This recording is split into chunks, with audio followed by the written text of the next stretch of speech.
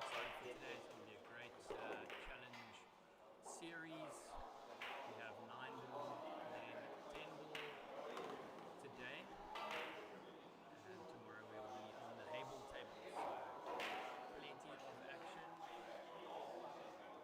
High quality action. It's awesome to have Aiden, the Ghost Josephs in the club today. That's right. Yeah. Nice one. Yeah, that is big tables. So enjoy the stream.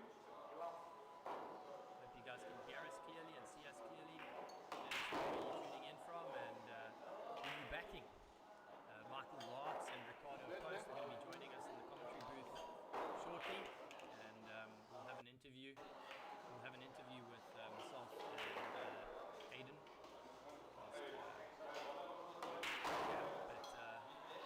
Stay tuned for the action.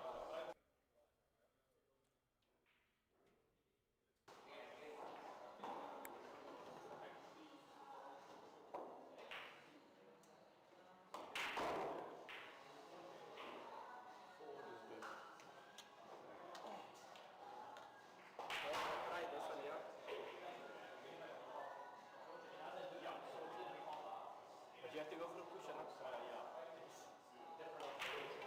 You know that shot. You have a place for the cushion. No, for this cushion. Like you're saying, yeah. Go for the cushion.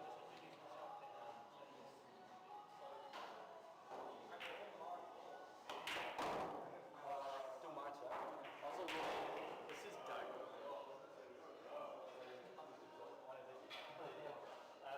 you know, Doug has our and our social media content, and he's just going to do like a pretty much interview. Just to, welcome. The stream is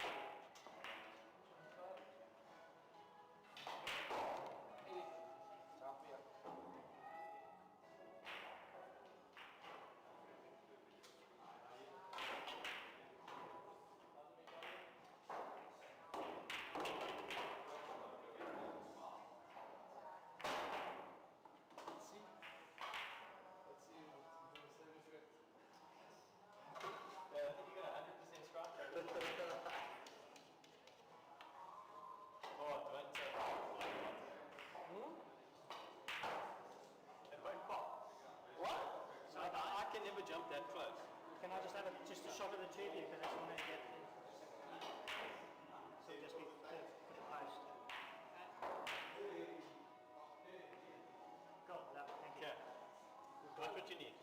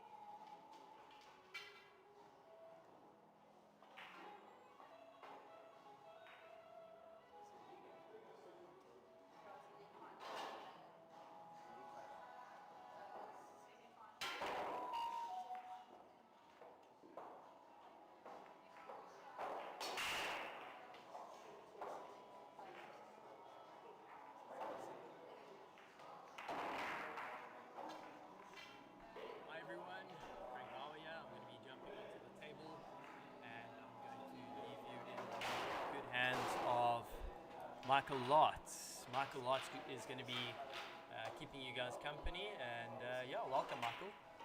Cool, thanks. Thanks, Craig. All the best for your match. Thanks, yeah, I'm looking forward to it. Guys, if you need to sort of let us know what the microphone levels are doing, if we need to increase Michael's volume or the table volume, please feel free to drop us a comment. Thanks guys, enjoy the action. Cool.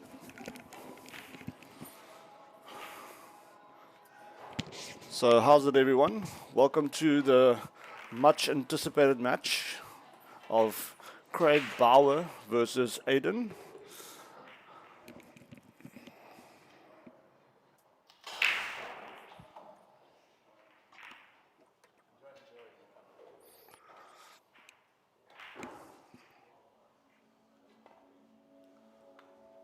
So here we go.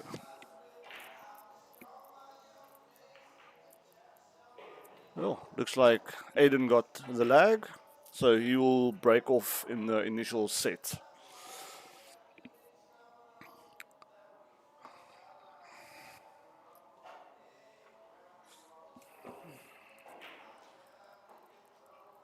So what's always interesting about winning the lag is that that gives you the advantage if the match would go to a decider, that the person that won the lag will have the break.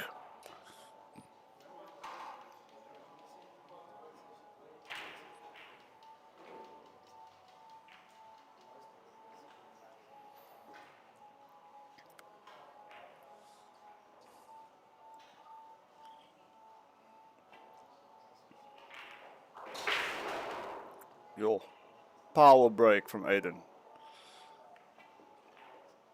Got one of the wing balls down, so Aiden is on the table, having to play the 1.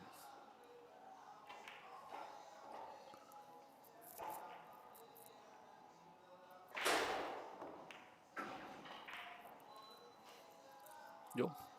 Aiden opting for a safety shot there.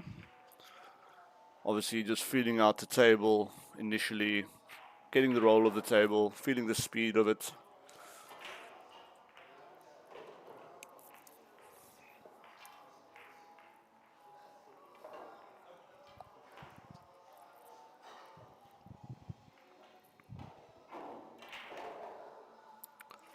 Great return shot there from Craig.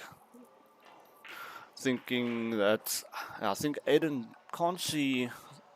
Can you see the potting angle? Looks like he's going for it to the center. Yo, getting it off the 2. But unfortunately, the 2 rolls behind the 9.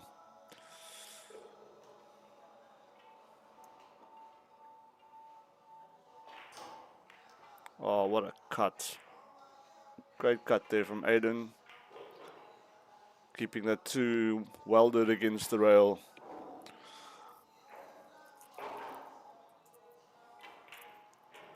Now on the 9-ball tables, these shots are actually doable. Playing the ball with massive amounts of right spin. If you hit the rail first, and then the right spin will pot the 2 for you. So is Craig going for this as the 3 is open? Yeah, hitting the ball directly there.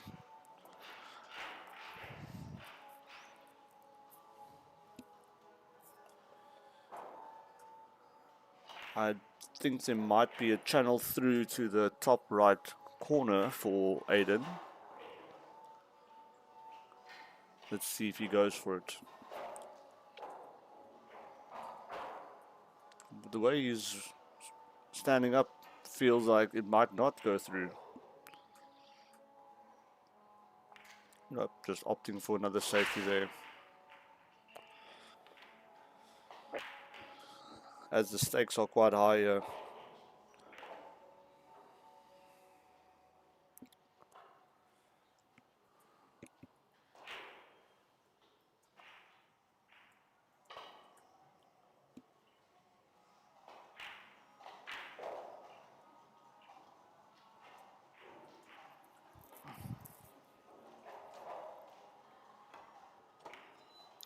Oh, Craig overspun that ball, unfortunately.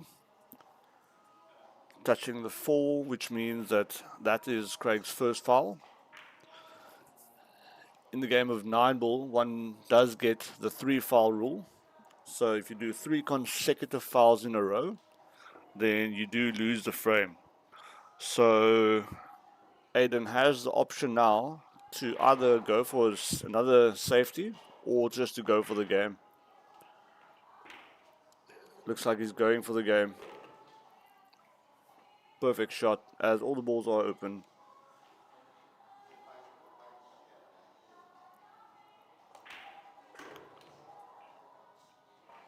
Looking good.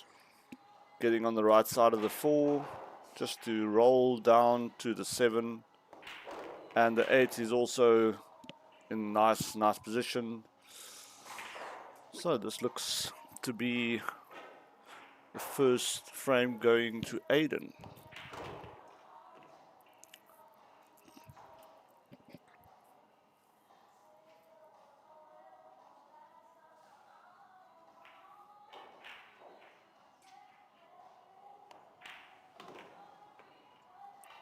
Oof, ball rolling a bit much there.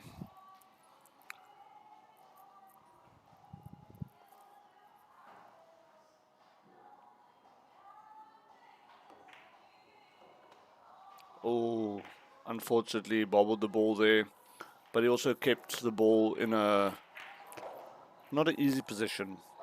I think this will be Craig's first tester of the game, just to see how his stroke is.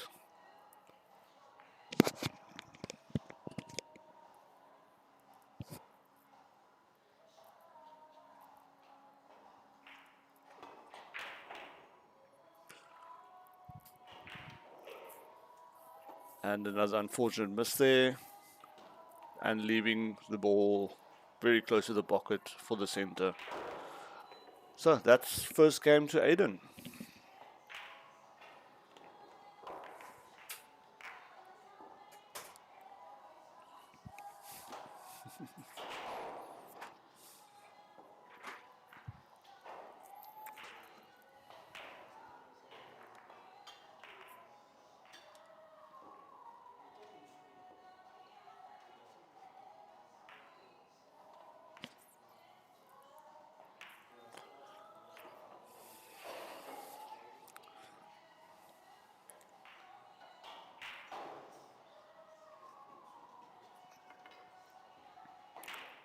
I see Craig's also opting for the same ball position as Aiden is, where he's breaking from.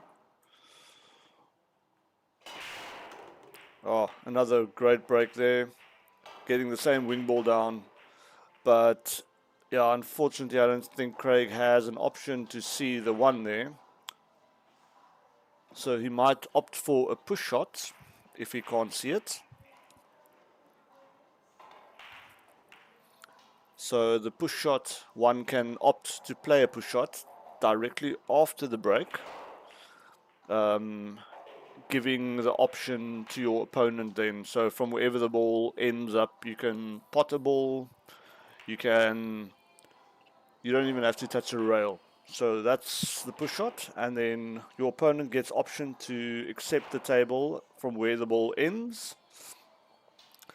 And then if he doesn't want to take the shot, then he can give it back to you. So you have to be very clever with your push shots, deciding where to leave the ball, always having an idea of what you want to do if you get the ball back.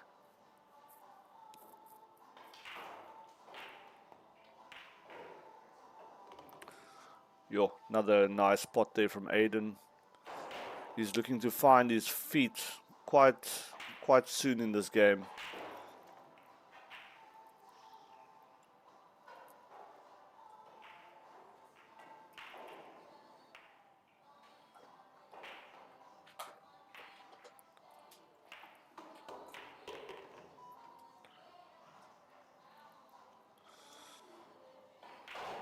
Another great shot there.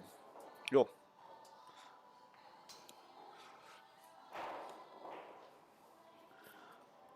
Now this is a bit of a tester here. Opting to go for the center left. Oh no, he's going for the safety. That's very clever.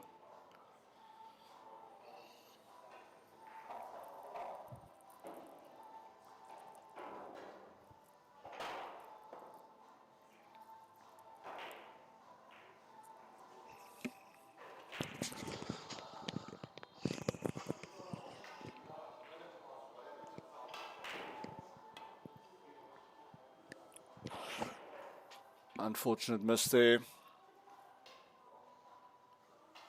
So that's foul number 1 there for Craig. Aiden has ball in hand. Now looking at the 6 and the 7, those balls are quite tight to each other, which might make him think if he wants to go for the frame or not. But I think the 6 does have the pocket to the bottom left, and that will automatically open up the 7. So very important shot, this one right here, to get that angle.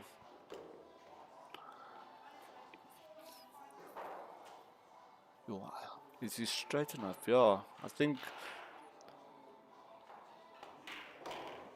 Yeah, having to brush into the 7, making the shot a bit harder, but these shots are very doable on the 9-ball table. Oof. So undercutting there. That might be a costly mistake.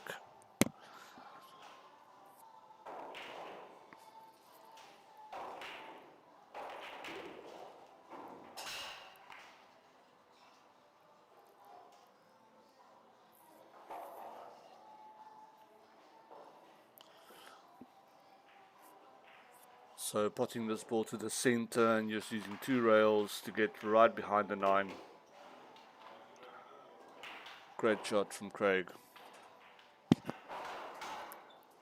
little bit close to that rail.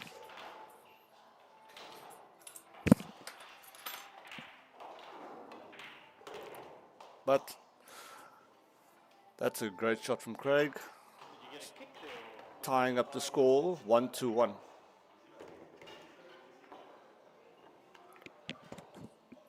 So interesting enough, Craig asking Aiden there if he got a kick on that 7, as the angle didn't look too great, but yeah. So kick shots happen if you actually get chalk on the object ball or even on the white ball, and as soon as the two balls make contact on a chalk section of the ball, then you get a different feel, a different throw, and the balls don't bounce in the right direction as what you are used to.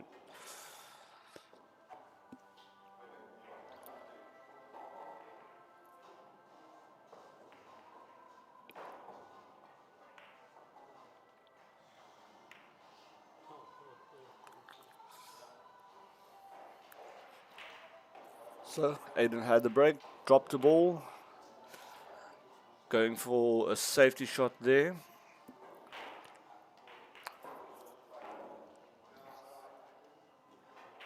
And it almost looks like Craig. Is he going for the middle? No, he's going for the safety. Yeah, great shot.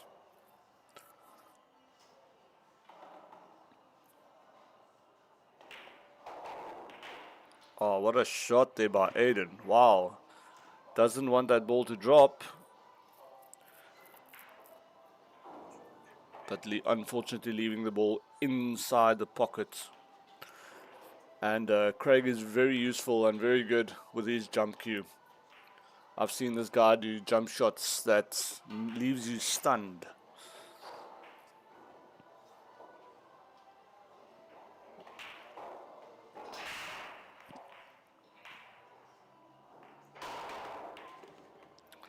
Oof. Potting the ball, but unfortunately scratching. So Aiden's safety shot worked out. And the balls actually look open. So Aiden should probably, will probably go for this frame here now. Unless he rolls out a bit. As I'm saying, the first couple of frames is always a feeler shots where you have to feel the roll of the table.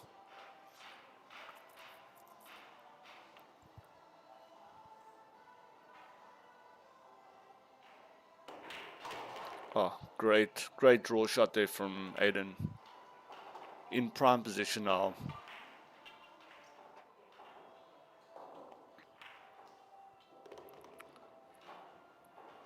Oof, doesn't want to be straight. He looks very straight on that 6, unfortunately. Being able to move the white ball up, so I would say he would do a top left spin here to get the white ball up. Yeah. Ooh. Yo. Unfortunately, that ball hit the inside of the middle pockets. But, yeah. Still has a very good shot on the 7. Very makeable. Great shot there.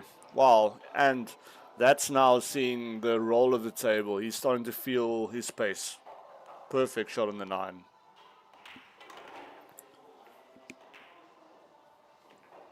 So I think the score now is 2-1 to Aiden. And it's Craig's break.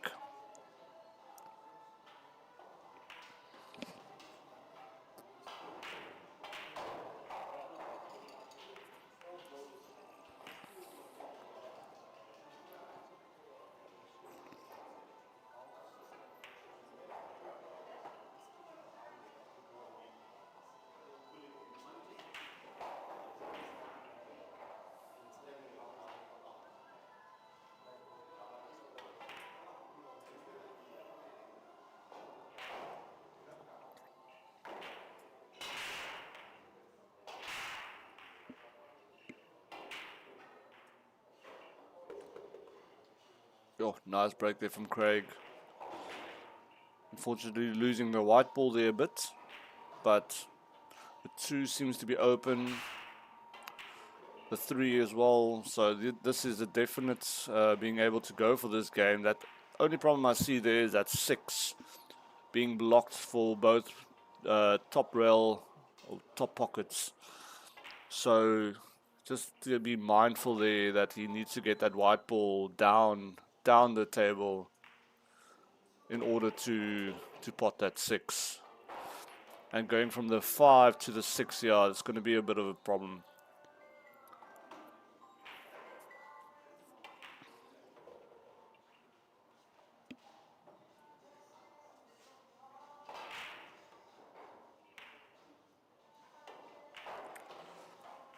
Bubbling the the ball there. So, Aiden's opportunity here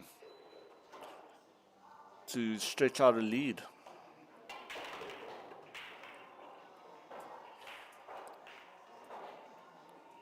That's also straight again.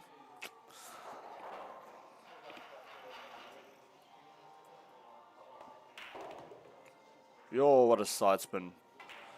So that's the one thing that one can do on these tables quite easily. If you play with big side spin, the table loves it. The table will pull the ball directly to the direction where you're aiming.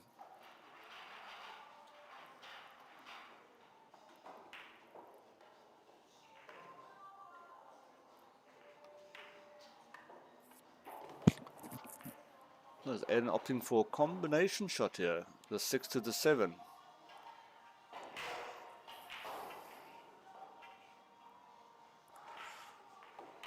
Going for a combo, unfortunately missing it. Giving Craig a good option here to take this frame. As going from a 6 to the 7 is not the hardest shot, and then the 7 to the 8 is also basically just a roll shot.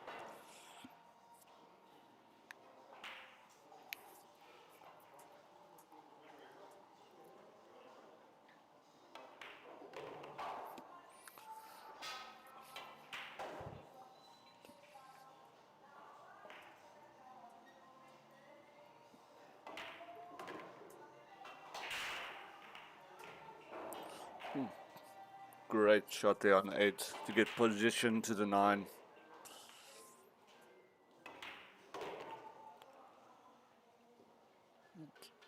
And Craig's take that one. So both players have actually kept their breaks. So we are 2-2 now.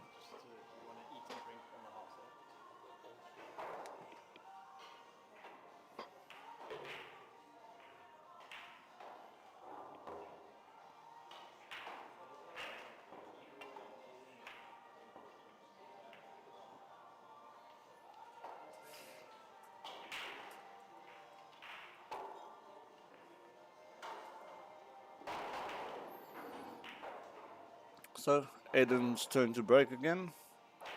Score is 2-2.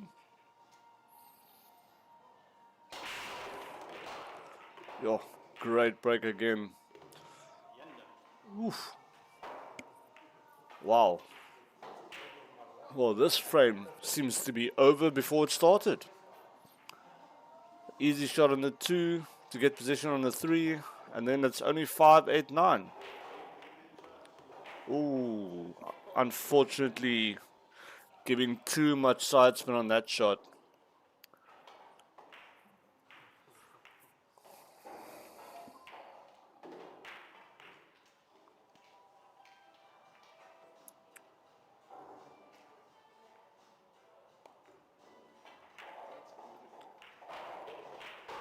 Oof, that's very unfortunate.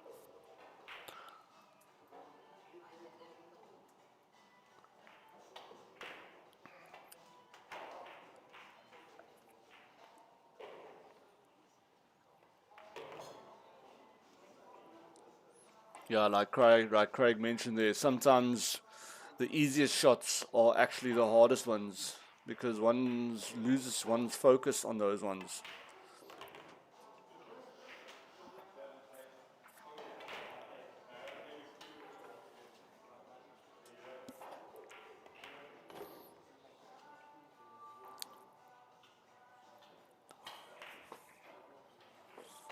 So that seems to be that.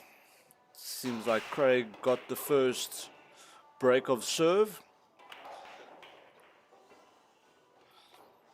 Also very important to see there, once Craig potted the last ball, obviously giving the white ball chance to stop rolling by itself, as if Craig doesn't do that and he stops the white ball while it's moving still on the table, the frame is not over, and that is actually a foul. where I believe that they would then respot the ball with ball in hand.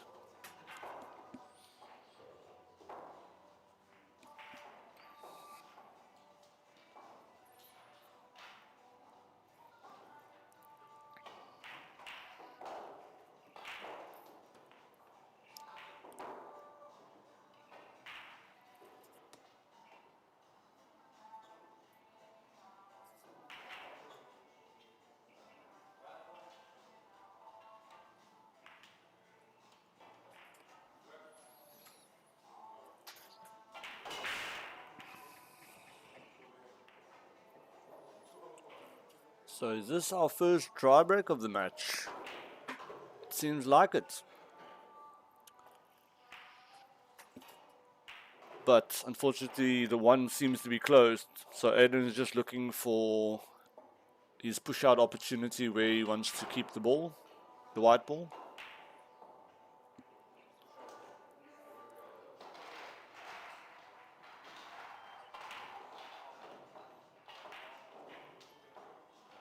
A very clever shot. As Aiden knows, even if Craig pots this ball, he's definitely going to lose the white ball when going for the one. So Craig's also probably looking for a safety here.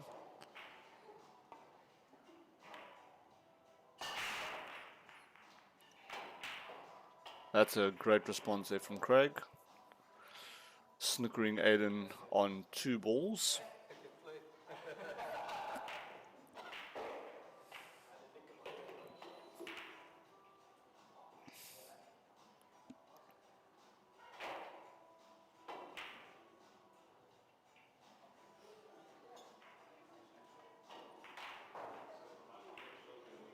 So Aiden looking for a 2-rail kick shot here.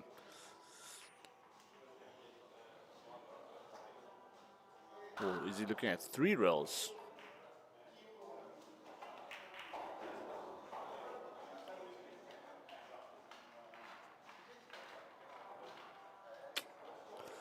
Unfortunately missing the ball there.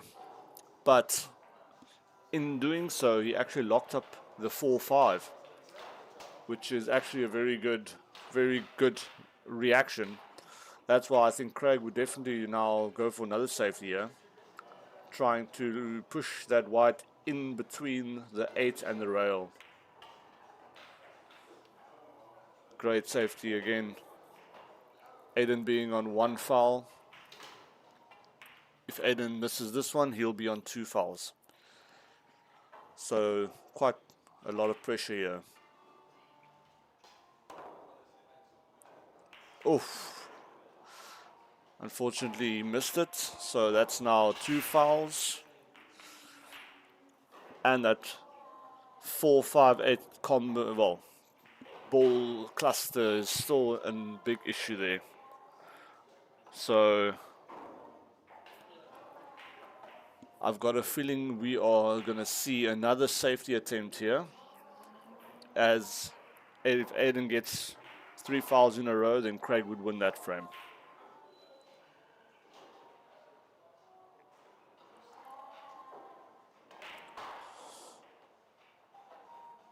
So it looks like Craig will go for the 1, trying to get position on the 2, because snookering on the 2 is a lot easier than snookering on the 1 at the moment.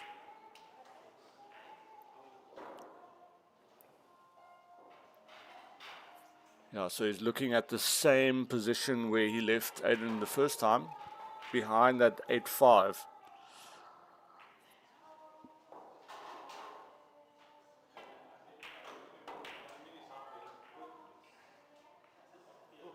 Ooh, but it played out. So Aiden will have a shot on the 2.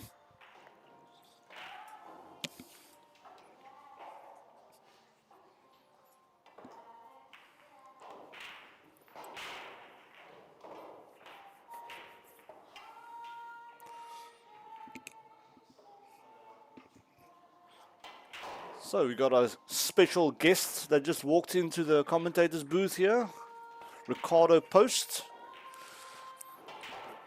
One of the players that's playing at the moment's Kryptonite.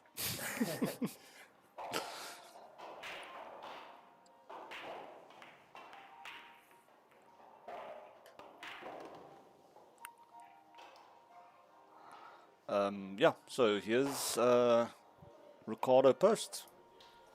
Hey, good afternoon, Mike. Yeah, sorry for being a bit late, but I'll pop in and out of commentary throughout the day as I could. So far, it looks like all breaks have been held on the table, so both players looking in good form. And yeah, thank you for the invite.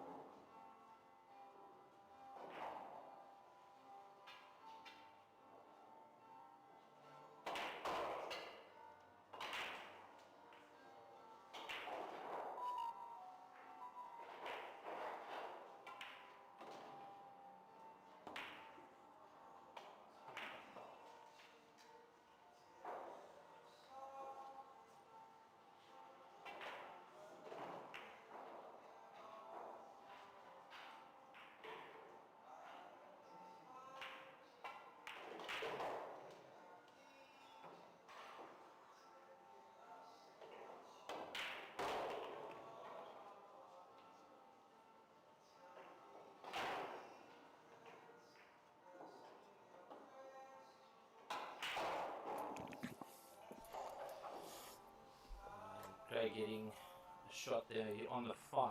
I'm pretty sure it's going to slide past the 8 ball.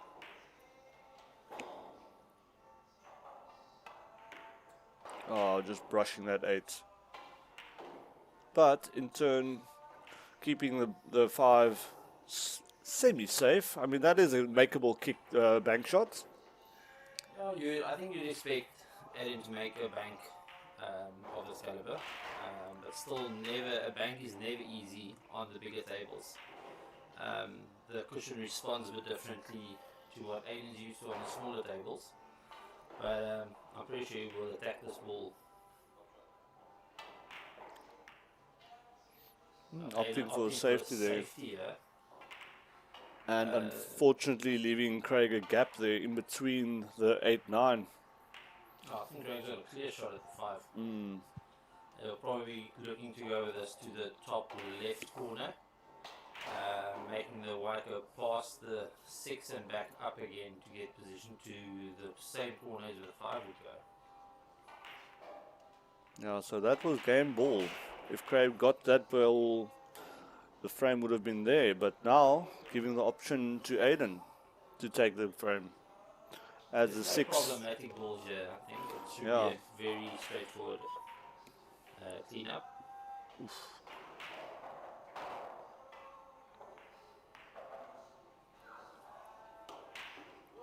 Oof. So I think what happened there, right? I think he got on the wrong side of that 6. Having to try and force the ball in the pocket to get position.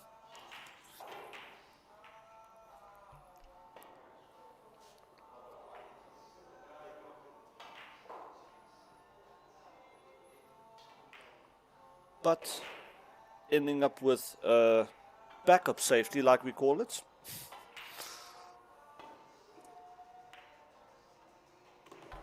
And that's another foul there for Craig, where Aiden now has ball in hand.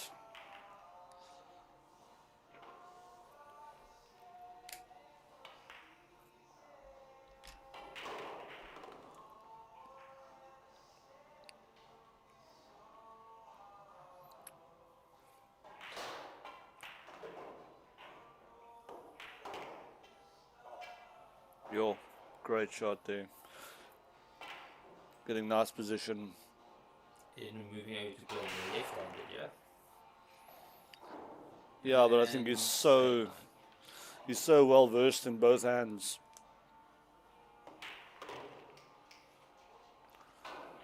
And I think that just tied up the score 3-3.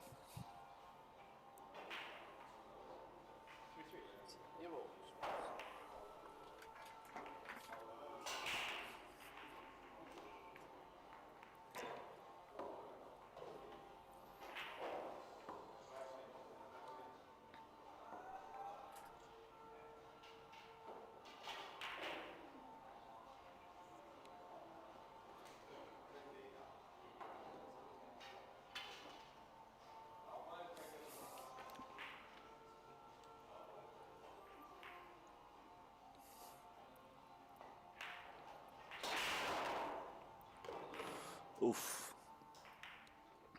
Very, very nice break there from Aden, but unfortunately you're dropping the white ball, giving Craig first option here.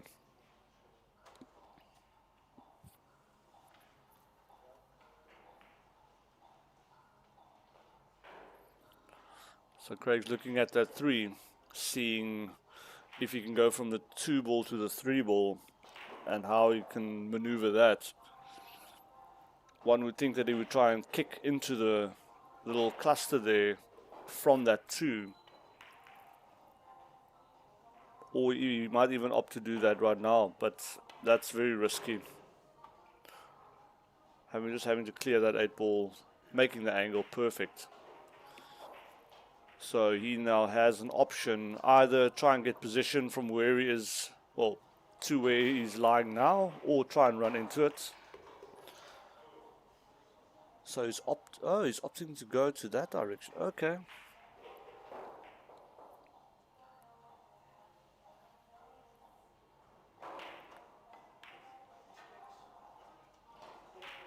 So going for a safety shot again there.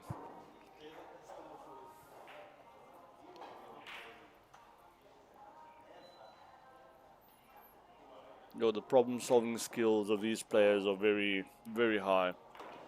That's how one knows these players are very experienced. What a shot there from Aiden.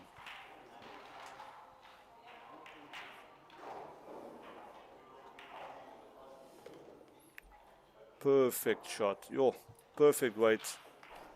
Getting a shot on that 6. Good pace control there. Got enough angle to kick out, to still get past the 8 there. And now you'll probably just roll this one in to get position. Oh no, just a nice top shot. Very nice. You don't have to draw this back too much though, but I think Aiden will try and bring it back to the... There we go. Left himself a bit of a stretch. Going to use the rest now.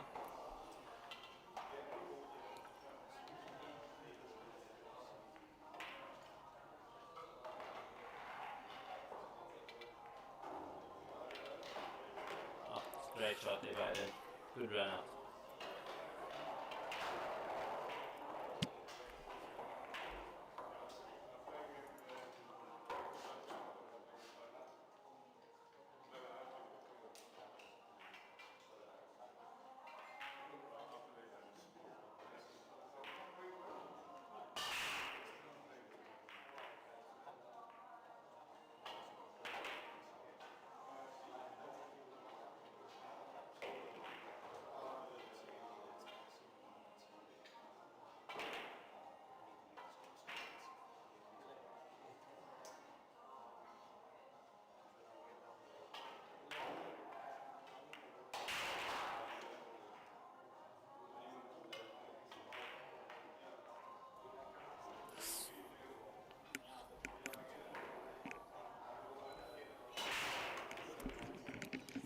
That's a solid break by Craig there.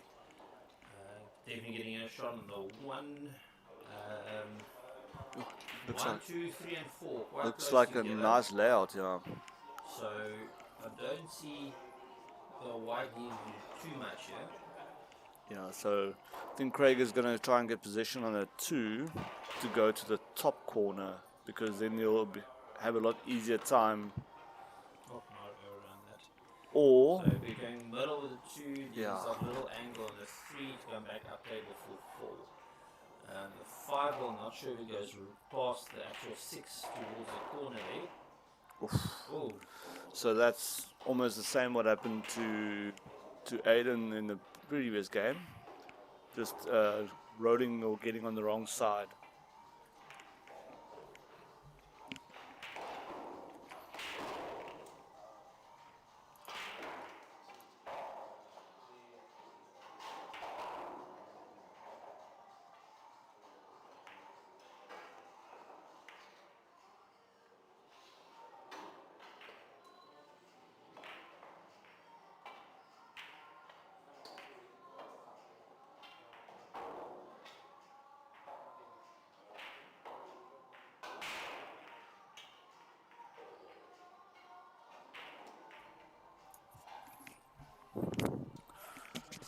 Ooh, I see that the Top shot there by Craig. So- Kicking the 6 out, having a shot on the 4. so that's another thing. What one realizes when you play against a really, really experienced player, that they won't just somehow go for the 9 combination. They'll rather opt to go for clearance to clear the table, as that's what they're used to. They're used to going for clearances. But I think as well, the big thing with going for the combination shot, it is not always the best percentage shot. Like there you can even see with Craig now, is he had a bit of an angle on the 5, but he opted rather for the safety to make the layout better. Yeah. So percentages is basically how this is being played, and this is what Michael says now is between your top players and I would say your up and coming players, is that's the difference. Yeah, I mean they've done the runouts like so many times in their career before. That's what they practice every time they play. They practice that on the table. But yeah, now Craig's looking to get position on that 7 from the 6.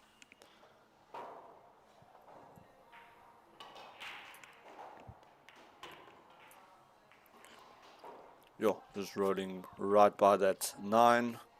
I think Roger doesn't play this straight through and Yeah, actually just- go for middle, Just follow have it. the white come basically back to middle, or He's bottom. drawing. Okay, power draw. That's a great shot by Craig there. Leaving himself the angle, I was actually going to say he's going to leave this white more or less there where he is now to get the angle to pull back from the 7 there onto the 9. Yeah, so you think he's gonna draw I here? think he's a power draw. It'll be a bottom right probably. Yeah, that seems to be the shot. Here we go. Getting position onto the 9. Not straight, but it's still a good shot. A little bit of an angle.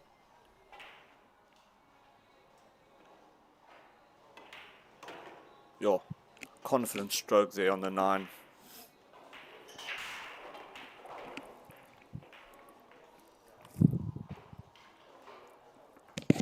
So yeah, I believe that the score now is 4-4. So Aiden got his break back, and Craig how can I say, not capitalized, but he It just basically brought him back onto level Yeah. terms with the breaks. In line ball, a lot of people don't think it's important to have your break. The break can change a game in a blink. So if you've got a power break like Craig and Aiden does have, the option, the opportunity for the 9 to go in on break is substantial. yes, but I don't think the 9 ball, the golden break rule is in play in this match, is it? Because I know that on day 2 what they'll be playing, they're doing the Duya golden break 9 ball. So I believe I might be mistaken. I will ask someone that knows about this, but so normally on the 9 ball rules, if you drop the 9, then you win the frame automatically, and that can change the game in an instant. I mean, within 2 breaks, you can be up by how many frames? But even if you look at it now, 9 ball has been changed. Even the leagues, and so that it would be alternating break. I mean, 9 ball has come quite some time now, and everyone will also know 9 ball used to be winners break. Yeah. But I think it's been changed just to kind of level the play field. Yeah, because otherwise certain players can just shut you out the game with a good golden break. Yeah.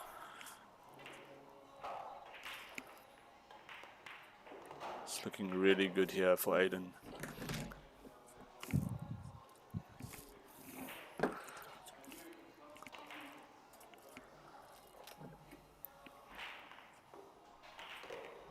Nice roll there. Now, yeah, that's unfortunately he's a little bit far and a little bit straight on this one, but these pockets are quite forgiving. Aiden will draw this thing bottom left if I'm looking to kick off the push. Yeah, There we go. great shot.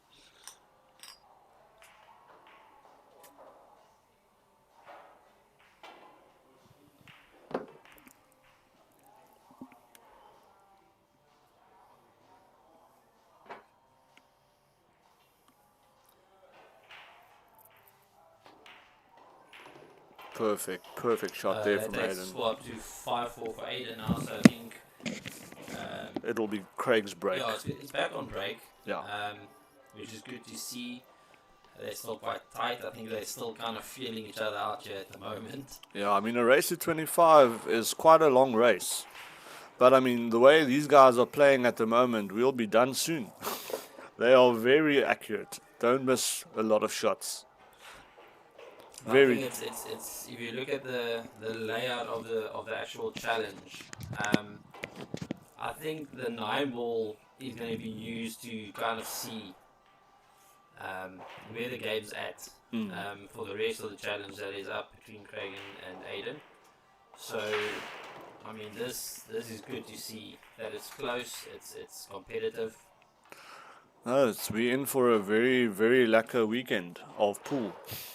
Yeah, I think this is going to be the platform for way more to come.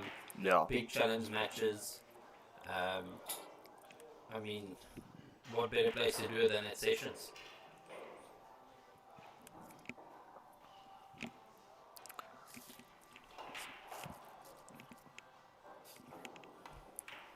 Oh, great shot there from Craig.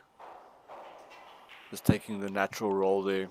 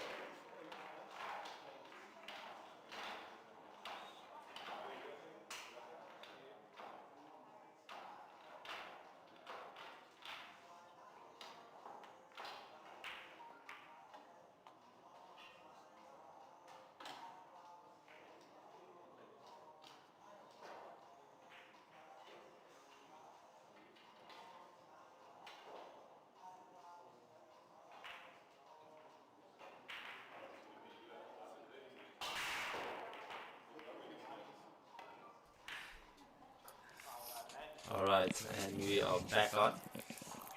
We just had some in-house changes, but we are back. And yeah, I think this frame so far there's been some very good queuing Yeah. from Aiden. So this looks like Aiden's going to run out this frame. Probably draw back here onto the 7. Yeah, where he's bridging for that. Oh, it's a great shot. Yo, so controlled there. That's really, really lovely to watch. So you'll just top spin this ball, top left, just to roll a bit forward. Yeah. Well, that might just been top. I think that was actually just top stroke Yeah. top through, but very casual stroke. Yeah. Great shot. Great shot there. Great game from Aiden. So, I think not giving Craig much in that frame. I think that's now the first time Aiden is up by 2 frames. Yeah, so Aiden needs 6-4 with break in hand. So I think Aiden's going to try and defend that lead now. Yeah, he's going to have to try and put pressure on Craig now, because the more frames he can take from Craig now, the better, because that's just going to give him ample opportunity in the future, just to also find himself. If he's struggling, then he's got a couple of games to play with. Oof. Oh. So Power right off the break. table, boys, ball in hand anyway. You see Superman coming into the picture there. One of Sessions' longest standing players, I would say. They are actually busy playing a Heyball. They're playing the playoffs. I think, playoffs, yeah. yeah. I think I heard that it was the semi-finals, and it's probably going to be the semi-finals and finals that's being played today. So there's quite a bit of the local Sessions players that are playing today. So you'll see in the background even we've got Colin playing there, Gavin. So yeah, a lot of the players are here, and as we know, a lot of the players are prepping for the 10 ball All Africa, which is good to see. The guys are ready to go. Putting in the time. So yeah, I think Craig is already looking at to get to the 5. If you actually saw the just the previous before the shot, he was really lining up the angle for the 5 ball. Yeah, looking So from the... he's looking 3 balls ahead. I mean, Mike, as you would know as well, that is when you see the guys with experience are looking ahead of a ball already that they're on. So I mean, Yeah. that is just great to see. Craig is, in the zone trying to play out this table. He was already looking at 6-7. 6-7. Oh, another very nice shot there from Craig. Yeah, so one tends to want to roll into the line of your next shot. So one doesn't want to go across the line, because that'll give you the most chance to get on your next ball. Oh, it's a great shot. The Same weight- as what the Craig weight did is there. Perfect. See, he's Giving rolling himself a into the little line. angle there onto the 8 ball. Yeah. So Craig's, if I look at this, I don't think Craig's going to draw backspin. I think he's going to literally, he is actually Yeah, going to just- play a backspin here to draw it off the cushion. Ooh. Oh, lucky there. Yeah, I think he decelerated on that stroke. That's a tough shot for Aiden here. But yeah, these shots are doable. If On- it's on cut, these tables. yeah, I think it's called the impossible cut, where you But do. made possible by a lot of players. Yeah. You're basically playing past the ball to hit it on the back with side. So Aiden, I think, opted Actually for a safety there, lane. but not happy there as he rolled a bit too much. I think Aiden was looking to put the 7 on the side rail and then put the white on the other side rail. So completely missing that. Okay, so Craig has got position now on the 8 ball. Yeah. He'll probably just draw this back And very to more or less straight. past the pocket where he is now to have the 9. Yeah, so he opted for a stun side, just because he was very straight on that. So he would have played with a middle pocket if he drew that right back. And there we go. That's 6-5. With for Craig. Aiden still, with Craig having the break, looking to level this at 6-6 again.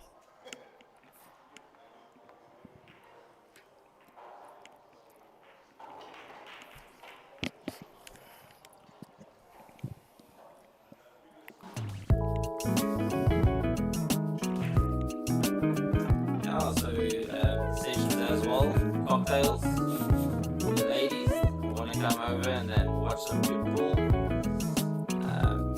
Guys come in, have a cocktail. I'm pretty sure the guys behind the bar would be happy to do some cocktails.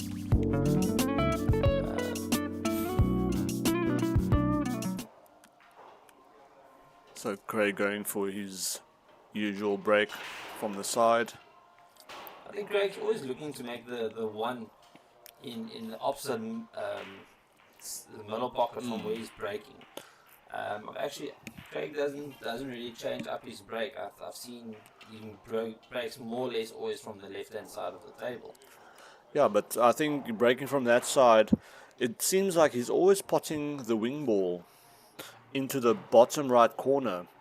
And that seems to be a trend that most players do, because you actually go for 2 balls on that break. You go for the 1, and you know you have a backup ball that also will go, which is that wing ball. So if you miss the 1, yeah, then you still have the table after your break. But I think if you even look at Craig's break, he puts power in it, but he doesn't like overdo it. He goes very set straight for it, which is great. I mean, you've got some players that really break very hard and usually lose the white on the break with no control. So yeah, it's good to see and learn from the big players.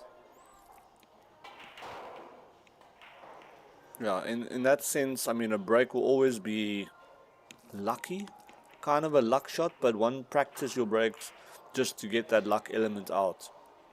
Because, yeah, one doesn't want to rely on luck, because sometimes it can turn and then you don't have any chance on the table. Oof. So Craig missing the ball there, but actually tying up the 4 with the 5. So the combination shot is on, and then he can also actually keep position on the 4. But yeah, opting for the combo there, perfect shot. Played it a bit hard, so having to rely on a little bit of luck there for position.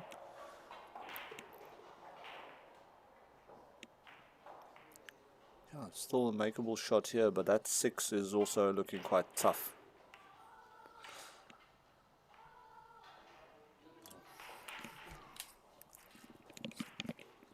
So yeah, he did open up that 6, but he did snooker Craig there on that shot as well. So that's the thing with 9 ball. Having to go for a certain ball, specific ball all the time is quite tough.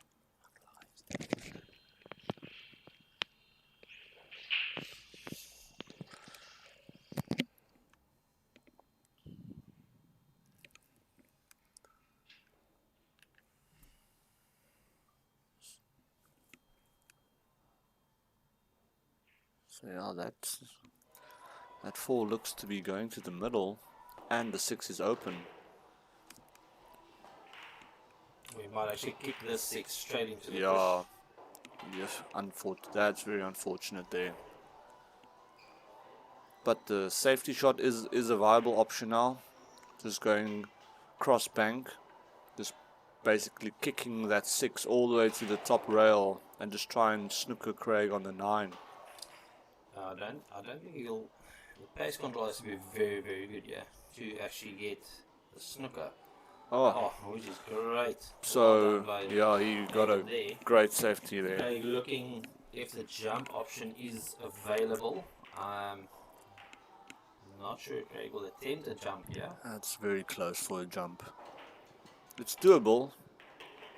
But yeah, Craig is looking to kick this one, seems like. And Craig's going to try and actually kick this and make the 6 in the middle. If he does, obviously that gives him the position. Craig went actually a bit hard on that. I think also not wanting to leave the 6 like in front of the pocket. So Aiden definitely looking to take this frame. Shouldn't be too much trouble here. Yeah, straight roll up for the 8. It's a nice top spin there to get position on the 8. Yeah, about top right. Just to check the angle.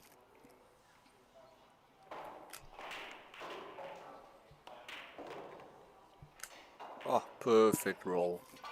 It's lovely to watch the touch of Aiden. Yo.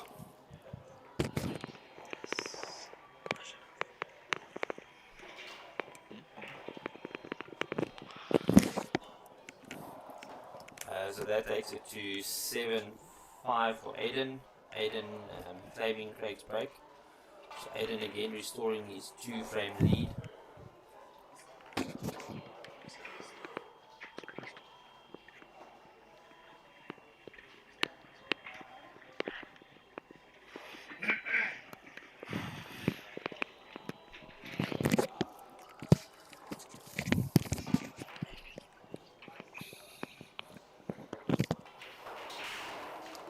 Yo.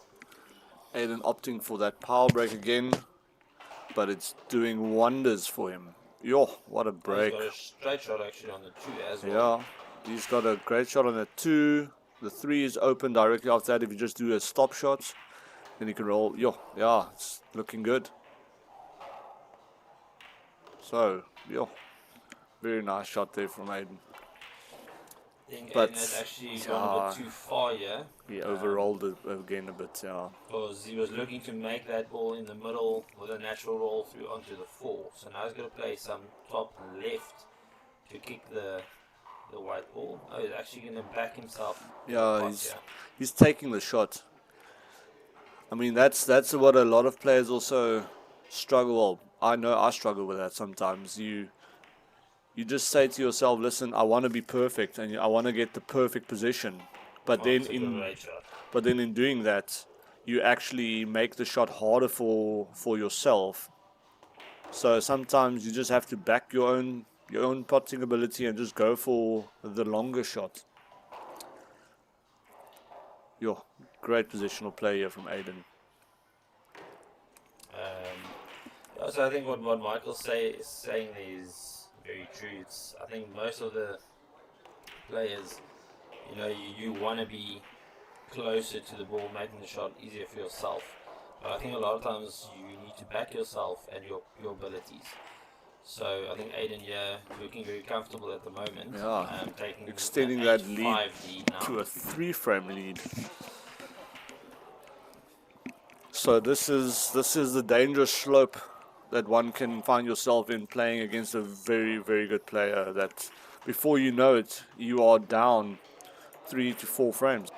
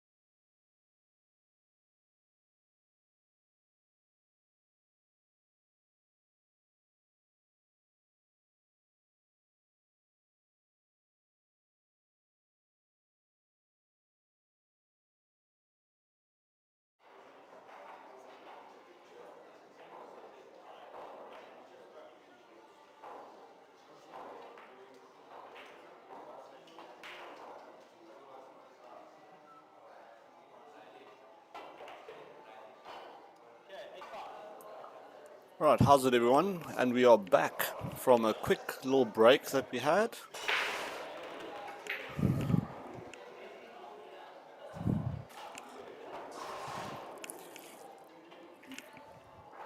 Yo, great break there from Craig. Got a perfect layout on the one. But he's a little bit off angle. So he's obviously looking just to roll this ball in, just to keep that confidence level up. And try and just roll the one in to get a position on that 2. Yo, nice use of the rail there to just roll into the line of the 2.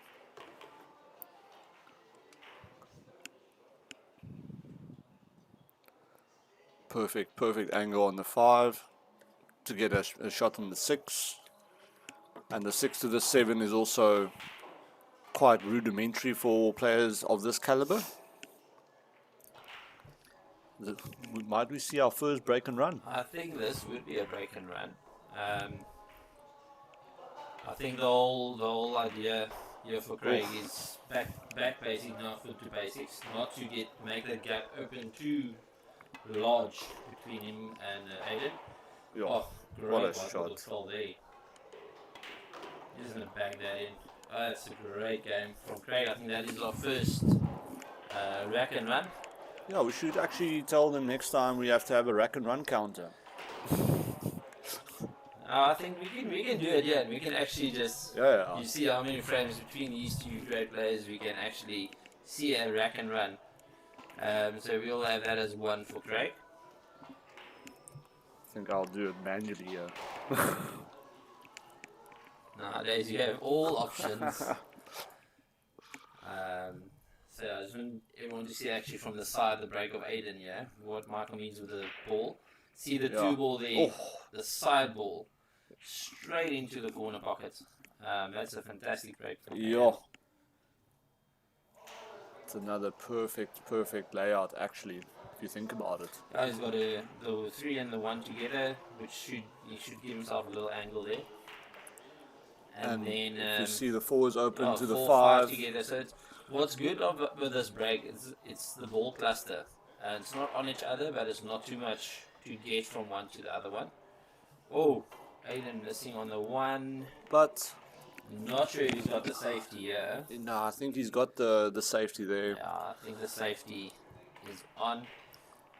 Craig will actually try and kick this off the rail. Yeah, just basically use the back rail with the side spin to And just use brush the it in. 8 to to- basically hold the white. Yeah, to keep the white.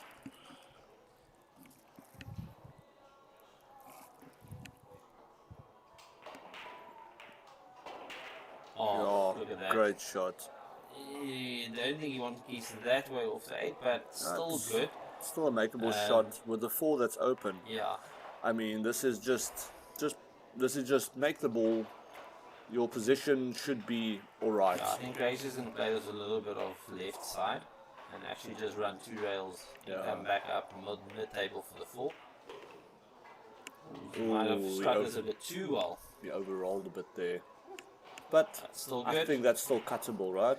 Yeah, I think inside spin here, left hand spin.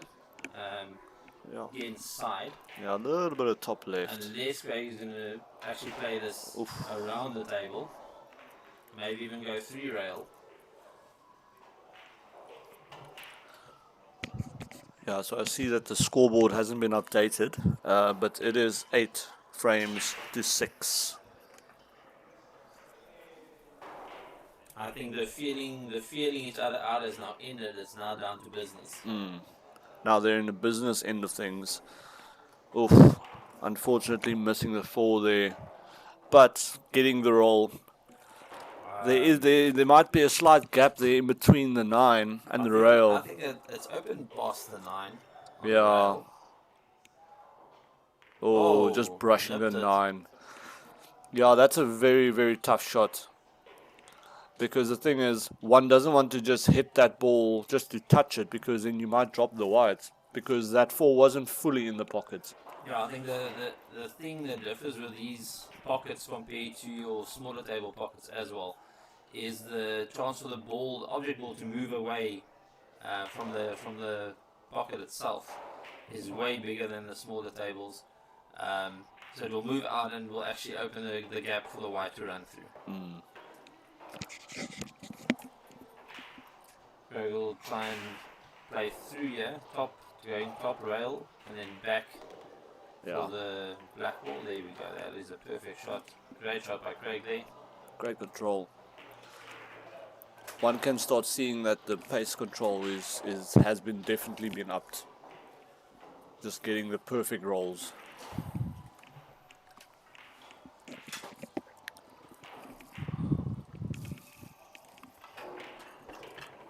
Great shot there from Craig. Just taking the shot on the 9. It's close to the corner, but it's still not a nice shot. It's not a nice shot, yeah. But that's just where's that white going? Ooh. Alright. So that would take the score up to 8-7. If I'm right, we are back on break. Yeah, and I think it's Craig's break. So if Craig gets another break and run, that just shows that he's on form at the moment. He's from taking that little breather in between the frames. Certain players do that, and sometimes they just think what they should do and analyze their game. And sometimes that's a very like a eureka moment where you start realizing if you walk away from the frame, what you are actually doing wrong and what you can actually improve. But I'm not sure if I'm correct, but if you look at the past 2 frames, Michael, it's looking as if Craig is taking just a little bit longer to play his shots, as if he's slowed his pace down of his play. So maybe that's something that Craig had, with the breaks thought of maybe just taking that few seconds extra. Just respecting each shot, just playing each shot as on merit alone. Yeah. So I mean, if you look at this, the table looks very good. For maybe another run out. Yeah, that 7 is a little bit awkward, but if you look, Michael, there's enough space between the middle pocket and the 7 to actually play this up to the top corner. You'll see if you change angle there. There's enough edge. Yeah, there's enough edge there. So Craig's gonna run 3. Basically himself a angle here for the 5 to run back down for the 7. For the 6, I mean. Yeah, perfect. The 5. Now he just That is a great shot. Okay, so this should be. He rolled that ball actually. Maybe 3 rail, maybe even 2. It's looking a little bit more awkward now, if you're looking at that, because obviously drawing that ball or just rolling that ball, that's the question. Now he's gonna roll, but now, it's crazy pace control from Craig there. Yeah. So I showed on the angle the gap there now on the 7. So if I have to go into that, Craig will probably look to draw the white into the bottom rail where he is now, and go bottom rail, side rail, and leave himself a little angle for the 7. I'm actually feeling a bit of playing that ball with a left spin, using the rail just to roll into the line, to roll the 7 down to the corner.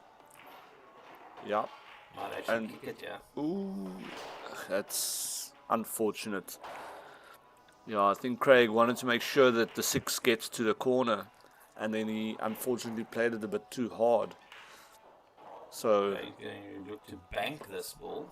I think he's going to play this actually with a mindset of a backup safety, top rail to bottom rail, putting the white here by the 9 on the rail, and then if missing the bank is to leave the 7 on the other rail at the top. That is what Craig is looking at. That's a high level thought patterns there. Huh? If you think about it, going for the double and snookering if you miss it on the 9.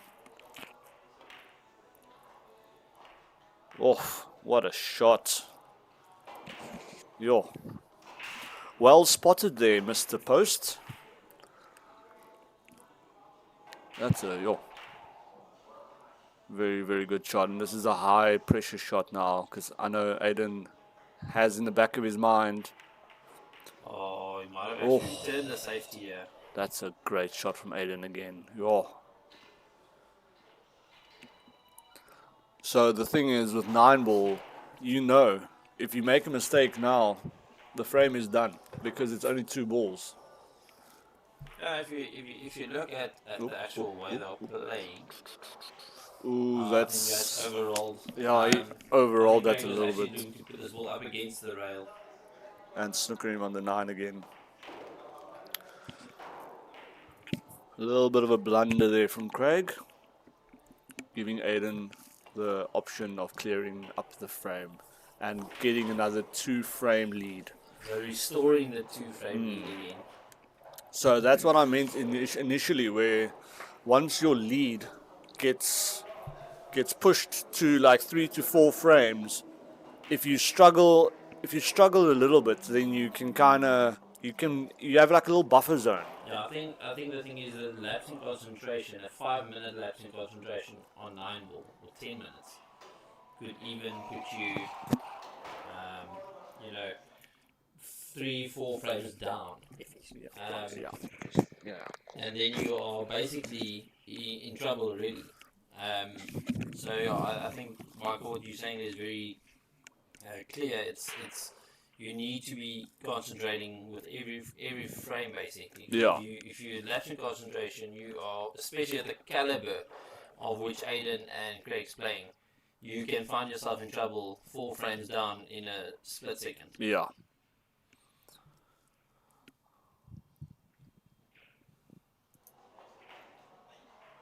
Craig's got a shot on the 1, I'm not sure. Yeah, I don't know if that... Does he have the potting angle? I think he does.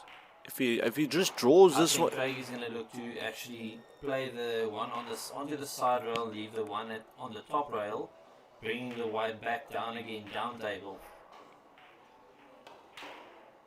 Oh. He went the other way with that, but it's still a good shot. Yeah.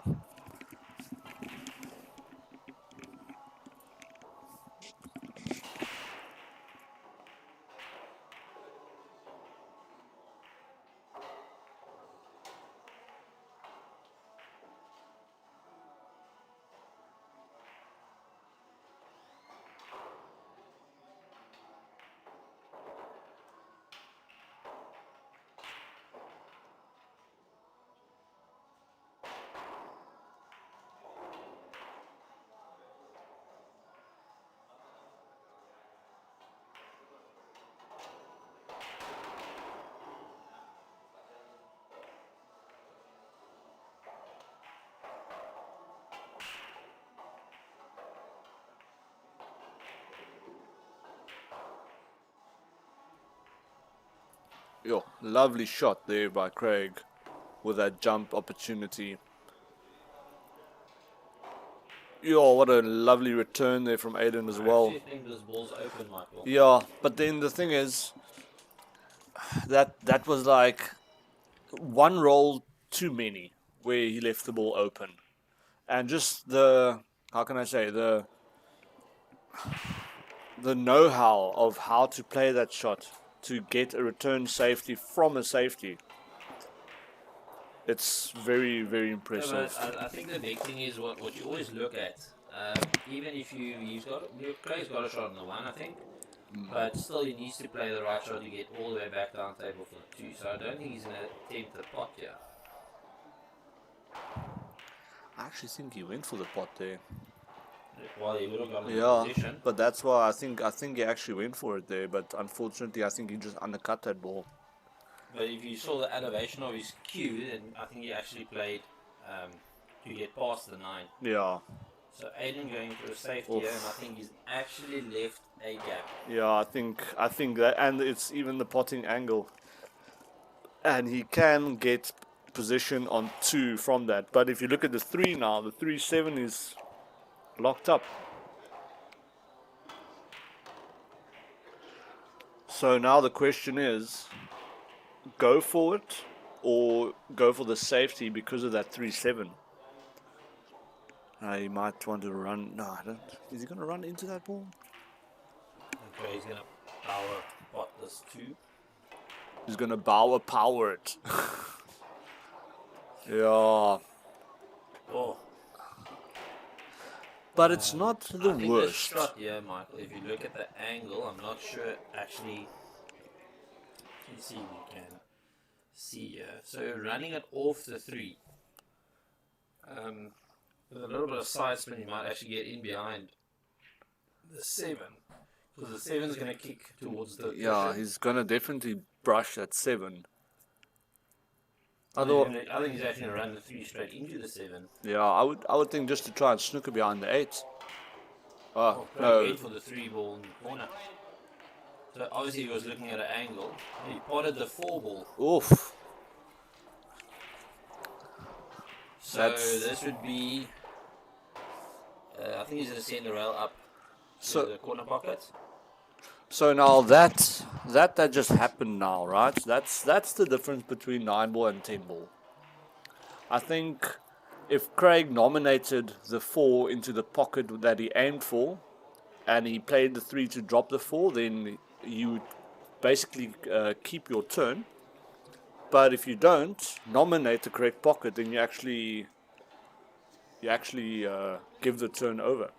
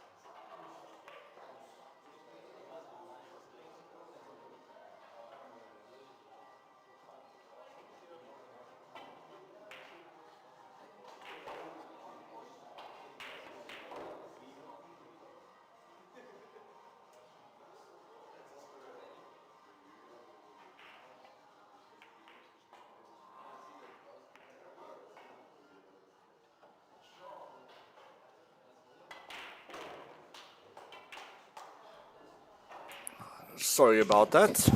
Just got a phone call from one of Sessions, a Sessions known player, Christopher Mullen. He's playing his playoff match now against Kirtley, I believe, in the Heyball. So he's on his way. Yo, great shot there from Craig, getting that deficit to 1 frame again. So now, yeah, it's basically if Craig keeps his break, then we are all tied. And seeing these players, yo. So that the score shows 9-8 just shows you how evenly matched they are at the moment in how they're playing. Yo, very high level.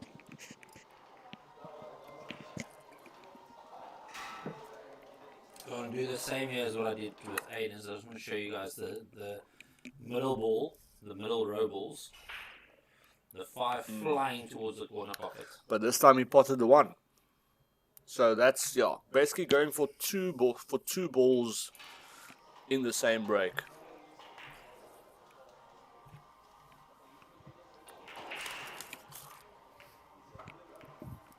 Great sportsmanship there from Aiden, just removing that magic rack from the table.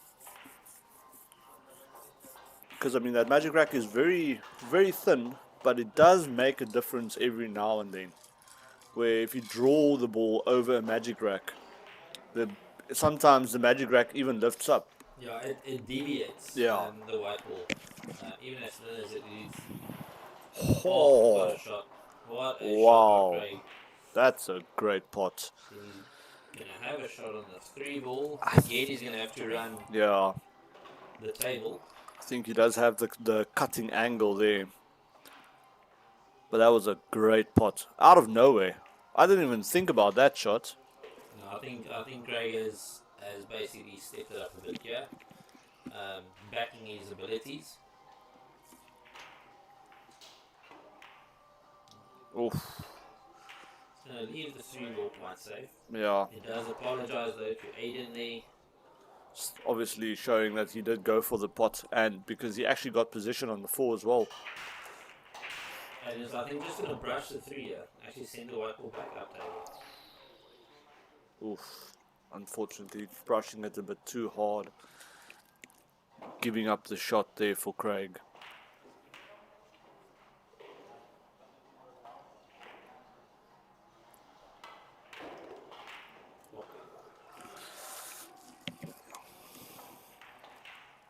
I think Craig underrolled there a little bit, but doing well to keep the ball there.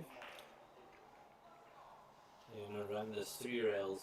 He's going to try and make the 4 ball in the middle, and then run with the white ball, the 3 cushions there where he is now, so it'll be a side rail, top rail, side rail, and kick out again for 5.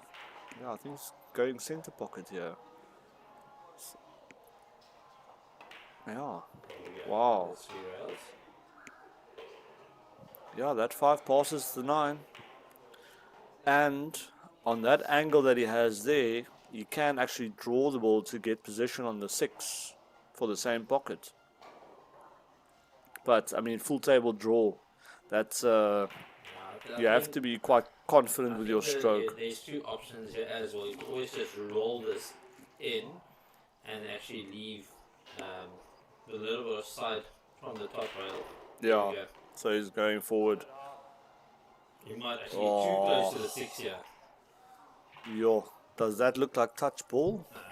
If you look, let's just have a look here. Oh no, there's a gap there. There's a gap there. I think it's spottable in the top corner, but the problem with this is he will not be able to actually get the white up table. And there we go. Oh, what a cut! That's a great cut there.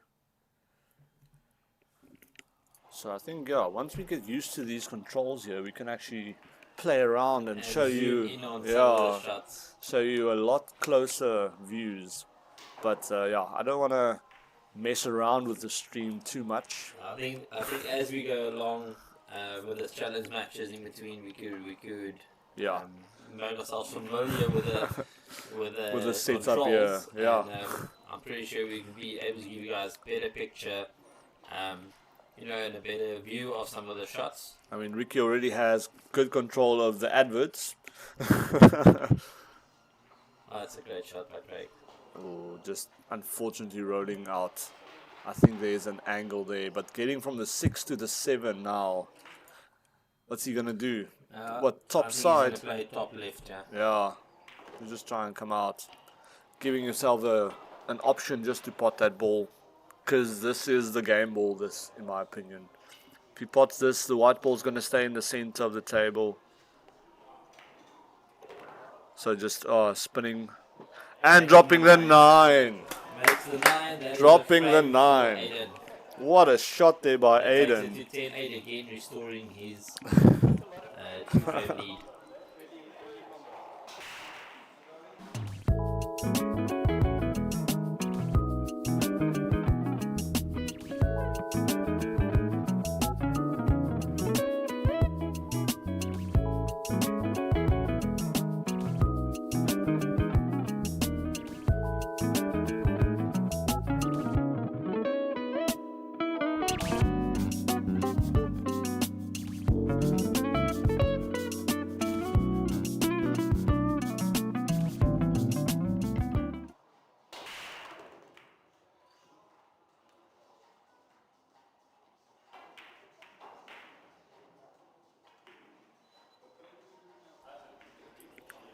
Aiden dropping a ball again. Yeah, so that's the thing that can happen with 9-ball. One can get a lucky little brush into the 9, pot the 9, and then you take the frame. And I think that's why certain players love 9-ball, and then you find those players that are struggling to like 9-ball because of that luck element. That's why 10-ball is also a very not interesting, but like a sport on its own, because you have to nominate exactly what you are playing, and you also can't get an early 10. I think if you look at, we've been playing the 9-ball league, the 10-ball league. The 10-ball league kind of evens the playing field a bit. As you have players that can pot quite a few balls, but if you miss the 9 or the 10 or the 8 even, you are in trouble. Yeah. And then with 9-ball again, the element of the surprising 9-ball drop anytime in the game.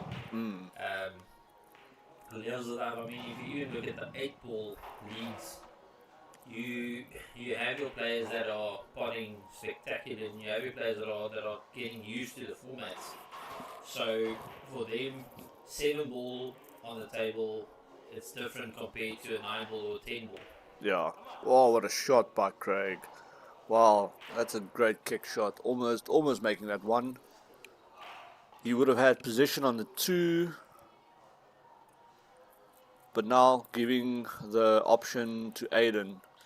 Aiden's going to go Yeah. rails, yeah. Just don't block himself on No, the get 4. out and Yeah, the table. alright. Perfect, man. This frame also looks done again. I mean, the 2 to the 4, the 4 to the 6. I think Aiden's starting to look a lot more comfortable on the table. The speed of the table, just actually running through it. Oh, that is a bit of a confidence boost shot right there.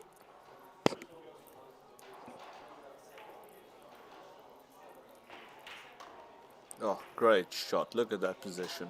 Wow. Just to make the position on the 8 so much easier.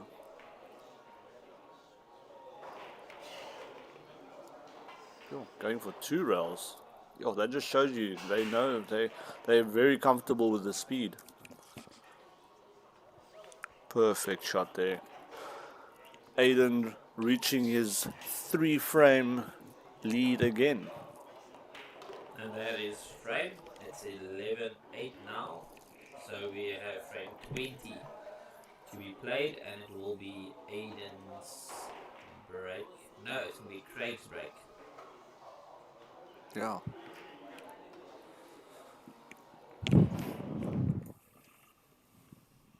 As you guys can see there in the background, that's quite nice and busy and buzzing here at sessions. Most of the tables have matches on now. We see some of the actual players that are playing in the Heyball playoffs. Some of the players practicing for the 10-ball Africa. Let me just try one of these buttons. Let's see. I know there's 3 cameras, which Craig mentioned. So, okay, so that's that one. Yeah, Michael, why don't you wait till we have the next break and Craig can actually just show you the buttons. Okay, that might be a good idea. Because I know there's 3 cameras, so Craig actually spent quite a bit of money installing a couple of high-level cameras for the stream setup. Obviously, just to make this the place to be. I think the big thing is and this is what a lot of the players that play at sessions, not everyone, but the players that spend a lot of time here playing the competitions, playing the leagues, talk to Craig quite often. It's stuff that we all pick up. It's Craig tries to put back into the club as well, by committing to state of the art equipment, the cues that they sell, And even if you now look at the cameras that he's put in, I mean, this is different than what used to be used, and I think it's a better, much better cameras. What And a as well, shot. we've got clear picture, audio. Yeah. So yeah, Craig is really trying to take sessions to the next level, and I think there's a lot of us that are trying to buy into it and make sure that sessions will become the number one pool club, darts club in Cape Town and wherever Craig needs to go. What a shot there from Aiden. Yo. Sorry, I'm just trying to contain myself every time Aiden starts playing because I can see his flow is starting to come through now. I think he actually tried a bit too much on Yeah. the two there, and He gave he a got little, way more side than he expected. but yeah, it's lovely to watch. Craig's going to try and, I think, just play a screw around the ball. Yeah. I was going to see if I can get you guys a better angle of this. Like a Maasai shot. Or is he jumping? Oh, He's going to rip out the little stick. the little jumper. So Craig's jumping in hand here. I'm pretty sure he's going to try and commit actually to a pot. Yeah. So luckily he's not on a full ball snooker.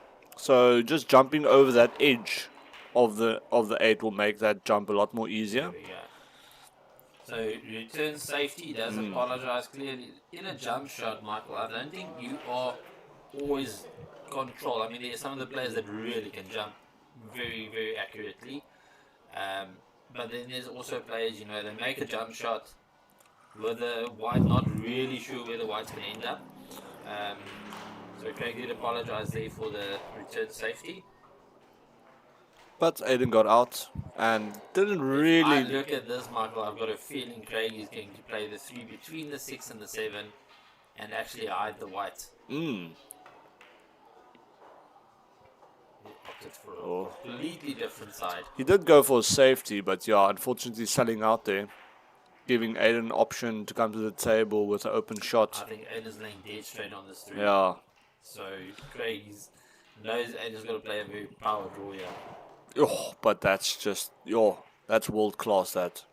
Great draw shot. Full table draw. I did notice that Aiden is playing with a McDermott cue. Or a McDermott shaft, I know. So, yeah, very, very high level equipment. Is that a carbon cue? Yeah. McDermott. Yes, that's the McDermott so DeFi A lot of shaft. you won't also either know it's the McDermott's, or shall I say the carbon fiber cues that just carry a bit more oomph than your wooden cues. Yeah, it basically nullifies the flex of the wood, which in turns gives you a ball in hand here for Craig. yeah, And was unfortunately, looking just to push the 6 onto the side rail. yes. Not really giving Craig an option here, but I think Craig is ball in hand. I think, yeah, what? Obviously, the option here, there's 2 options. Like try and Craig open it up. actually moved the white ball here. Yes, he has. So the option here is now either you can try and spin into the 7 to open it up, or I try and think get Craig possession needs to on try the and 7. Run around the 7 to play the 7 to the same pocket as the 6. Yeah, so okay, so he's ish. A bit short. Yeah, He's a bit short. unfortunately, not getting what he wanted there, but obviously also fearful of dropping the white. Because going with an up and down shot there, you have to be perfect in your position.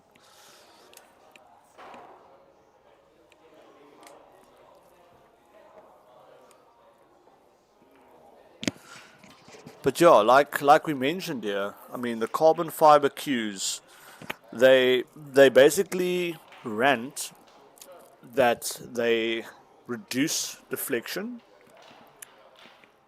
So if you play pool, if you play with a side spin, the white ball will deviate from your initial line that you played because of the flex of the wood.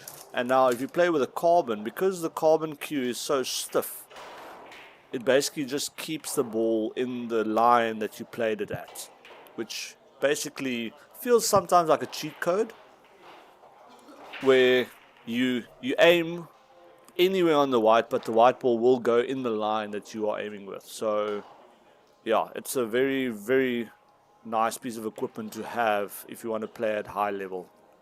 Yeah, but I think the big thing is the carbon doesn't work for everybody. It's a filling out process. Yeah, it is a filling out process. But sometimes, yeah, if you don't feel comfortable with it, because like even myself, like I also don't really like to play with a glove.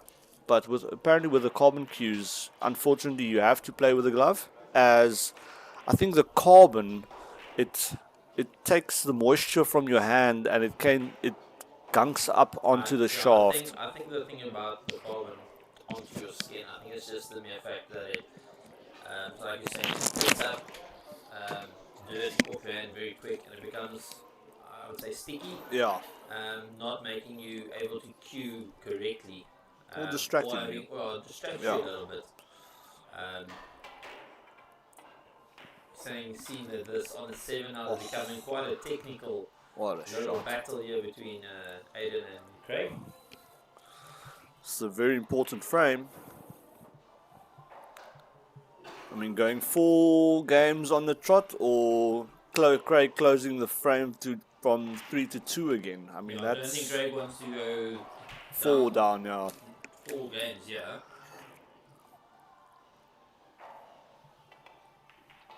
Oh, what another save. Great safety there from Craig.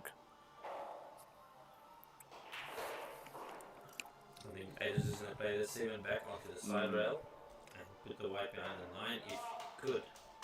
Oof. Another great shot there. I think Craig is going to do exactly the same. Just cut. Give more distance now. Yeah. There we go. And try and get that behind the 9. Ooh, what a shot. Wow. Aiden might just see a little bit of the 7. He's looking to the side rail. I think he's going to try and kick this to the side now. Yeah. Oh. Oh, what a shot by Aiden. Oh, but he unfortunately drops the white. So that was a great shot by Aiden. Unfortunately, 9 going in, or the white going into the center pocket from the kick there. Craig made it 9-11. Yo, got the World Trade Centers up in the air. 9-11.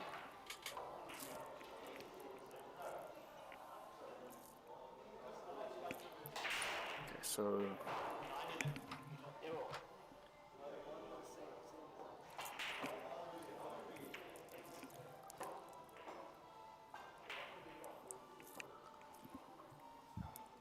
this match is like very, very highly contested, must say.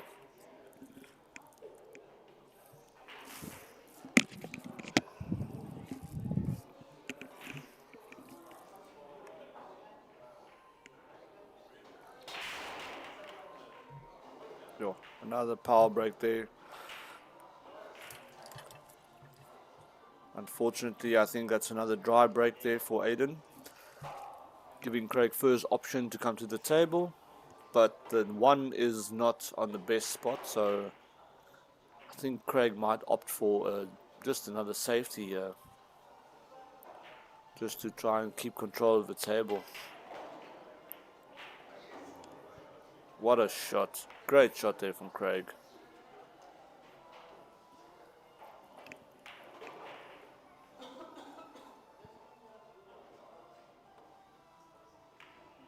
Oh, what a cut there from Aiden. Wow. Oh, but unfortunately not rolling into the position where he wanted to.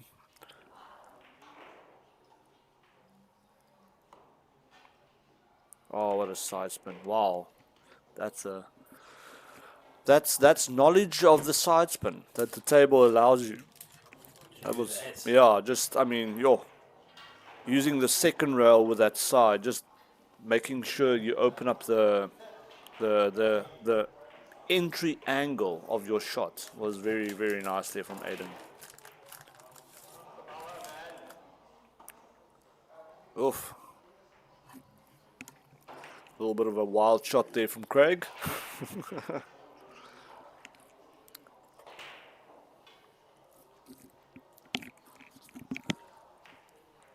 So Ricky, I mean, playing big races like this, right? Like a race to 25.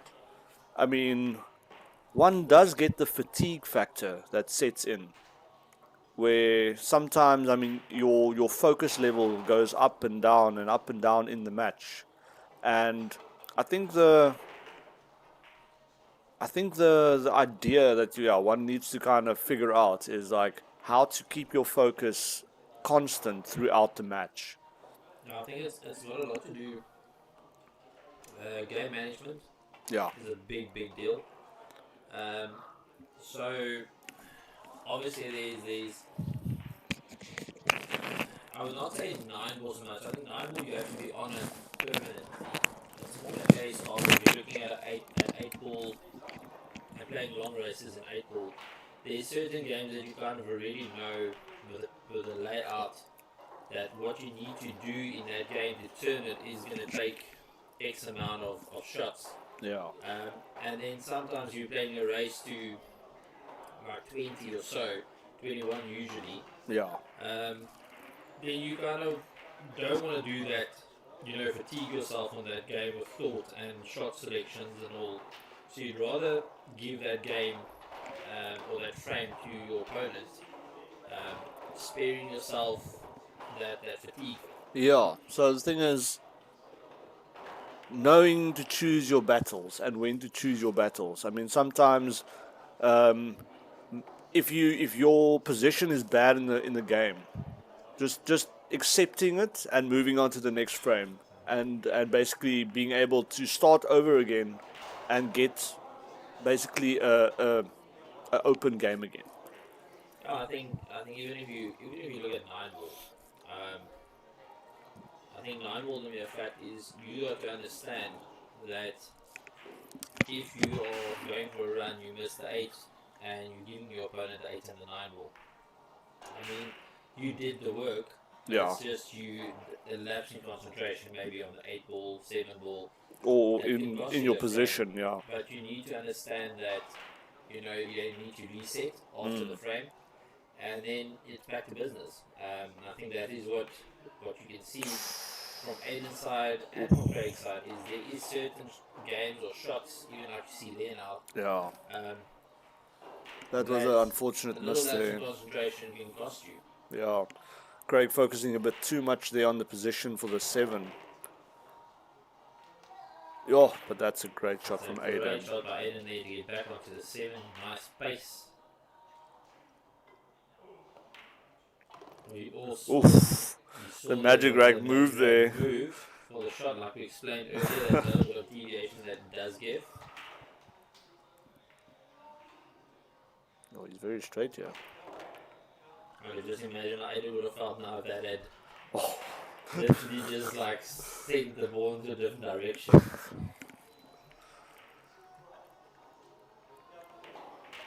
Oh, It's a great shot. great one. Alright, Aiden restores his 3-game lead, 12-9 to Aiden. And we'll be right back.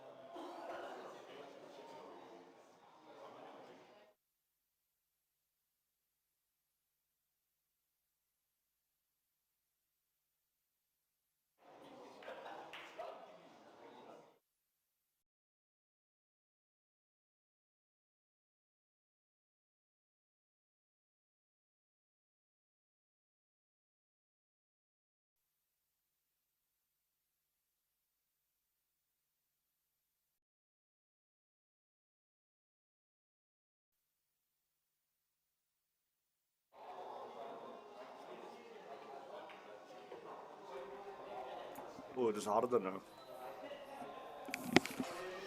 Alright, so back on, I think it's 12-9, it was Craig's break. Craig making a ball off the break, and they were looking very favourable here. I think the problem ball would be 2 to the 3 ball. Great shot. Yeah. Michael, I think Craig is going to do another run out here, rack and run. Yeah, it seems like it's just a stop shot right there just to roll that ball forward. Yeah, boom. Craig using the whole pocket though, playing it off the side rail to make it. But I mean that is how these pockets work. If you know how to play the correct spin, to steal a bit on the pockets, but to make your angles a bit better.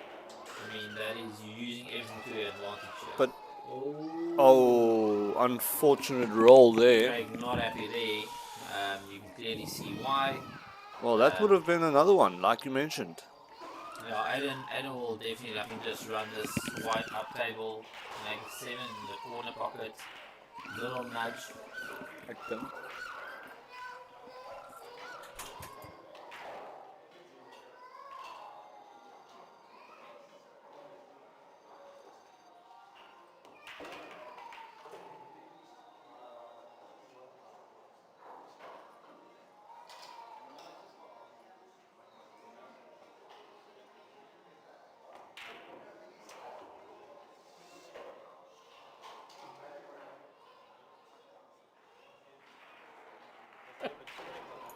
Oof. That's an unfortunate miss there. We did not expect that one. Unexpected miss Yeah. from Aiden there, I think. I think Craig knows himself. I mean, he's also smiling there, knowing that he was. That is you gotta get Yeah, out yeah. of jail there. He got a get out of jail free Not card. left himself on the 9, leaving himself a bit of a cut here. But No, but Craig will just recenter. yeah. Like I said to players, they know how to put a shot behind him and just recenter. And there we go. That takes it to 12-10. The two game cushion is there, and will be Aiden's break.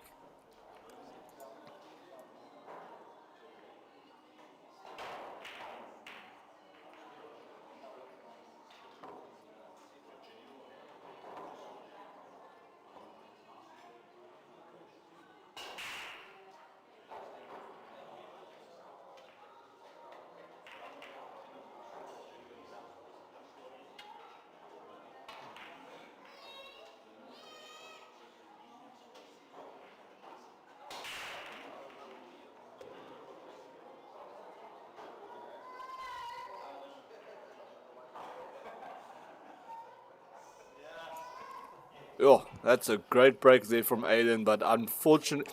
Is that 2 ball in the jaw? 2 ball is lying in the. I think it's like actually against- inside the I think it's in the jaw. the Yeah. jaw of the pocket. I want to see if I can get you an angle here. So that means you can actually It's just. in the jaw. Yeah, so you can actually just touch that ball. Yeah. Okay, that's a very fortunate one. So, Michael, if you look, it's 4 ball, 5 ball. I don't think the That's a 4 carom. passes. That's a carom shot right there.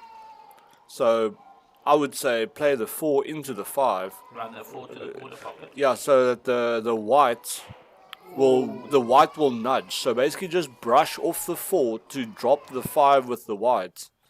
Let's see if Aiden can run the white off the 4. Yeah. That's keeping position on that 4. Okay. Okay. Yeah. Cool. Yeah. All right.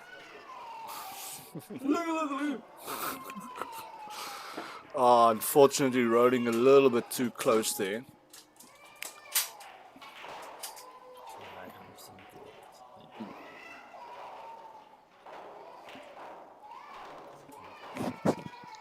Oh, what a shot.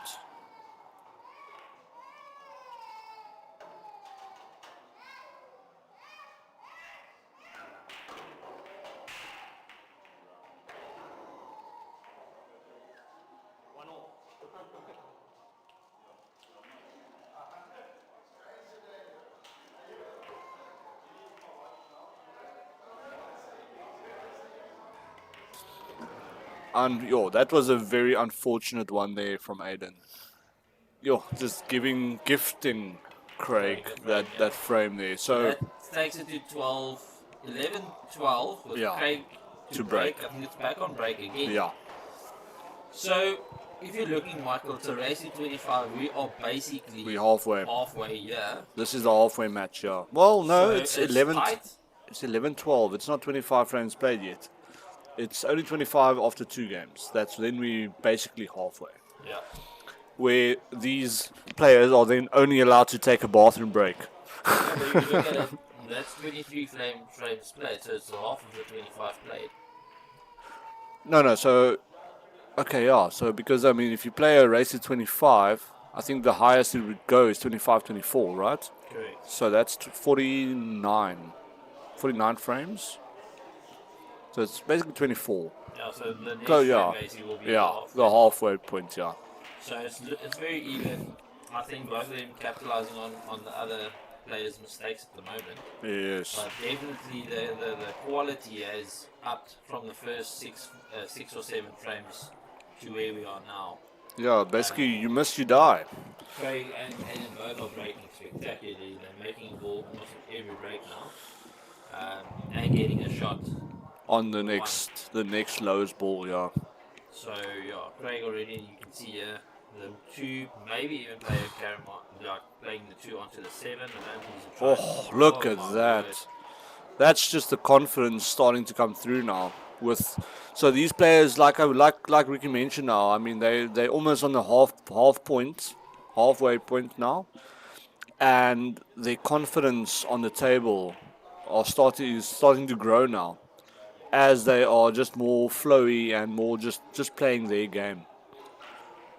So I think Craig actually want to slide yeah. past the 4 there to just get that little bit of angle on the 3.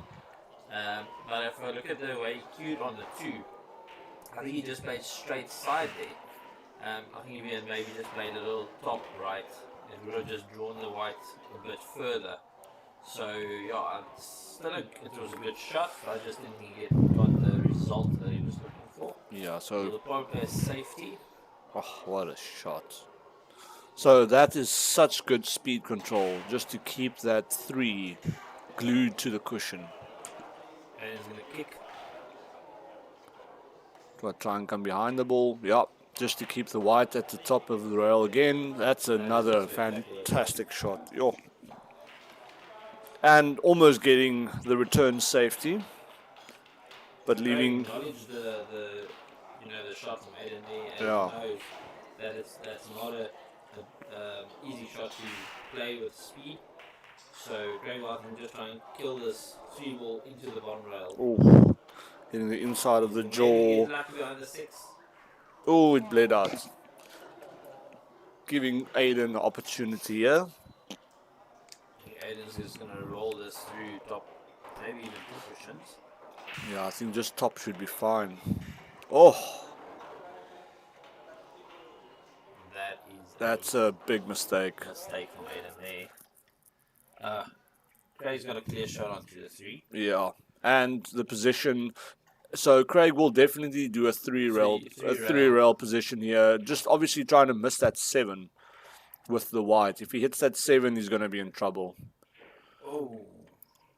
So Angle was a bit too much there. yeah, I think he tried to. Yeah, I don't know. I mean, I think he overthought about that 7 maybe. Like tried not to go too high. Was a bit closer to Yeah. the push than we actually could see. Yeah.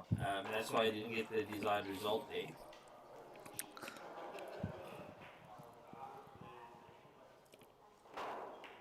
Oh, what a great shot. That's a great shot. Good recovery shot that. Sorry, guys, we're just being attacked here. I think By white balls flying off I the think- Heyball tables. I think Craig even looked behind, thinking what's happening. But this is definitely the game shot here. Spot. If you pot this ball, that 7 is basically in the pocket, and the position on the 9 is automatic. This would be for the game. I'm pretty sure this is the game shot. Oh, Unfortunately, missing that one and keeping it in the pocket as well. So I think Aiden's gonna mop this up pretty quick. Be a 6 straight off to the 7. Just a little draw on the 7 ball to get onto the 9. I think that should be very straightforward. Yeah. Taking it back again to Yo, to another lead. 2-frame lead. So it's 13-11. Yo, these players are keeping at each other's pace, right? It's a good contest. I mean, it's good to see. It's a close contest. Yeah. And there's no runaway. I mean, we all know Aiden is now playing. Basically, he's playing on a table that he doesn't usually prefer. But still, Aiden is a world-class player, adapting very quickly to these tables.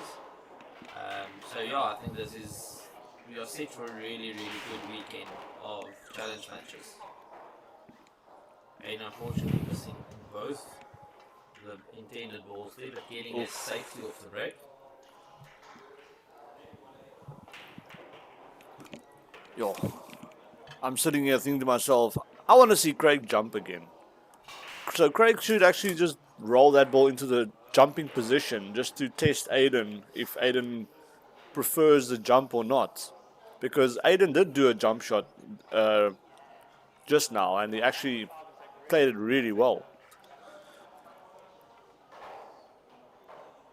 Okay, so Craig is now removing that rack. I think he has a ball mark. Okay, so he's using his chalk as a ball marker, just to make sure that that ball is exactly where it was. It was just a little discussion between him and Aiden to do that.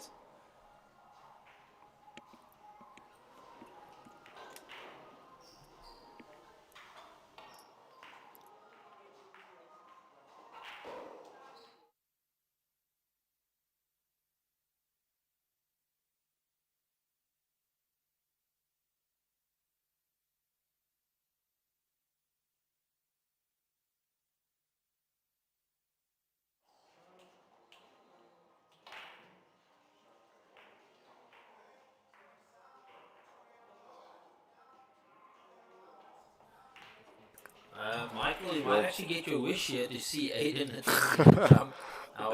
But you are not jumping from that. If you jump from that, you're a madman. But we can get stuff in there. Pretty sure yeah. you would attempt to jump on this. Or even Mr. Wayne Parker. Wayne Parker, Mr. Right. Artistic. Yeah, he would do that as well. Oh, what a shot! After a shot by Aiden. Wow. Holding the white ball up. That's a great shot. Wow, what a shot! So yeah, Aiden is definitely one of the best kickers when it comes to playing off rails. So yeah, I mean that shot that he just played there shows you beautiful. he's got a lot of confidence in the way he plays off rails. Oh, going for the 9. Straight for the 9 there. Obviously the shot was on. Yeah. No fussing about, just going for that 9. Full-blooded.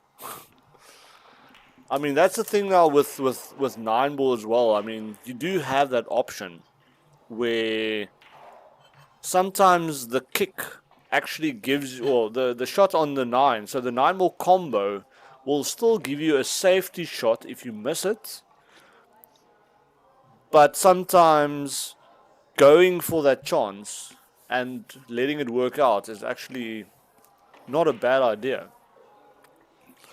I think the thing on going for the 9 ball, it's also knowing when to go for it. Yeah, and not to leave that 9 in the pocket. So basically it's you playing it with confidence, but you're playing it knowing that if you do not make it, that you aren't giving the frame away.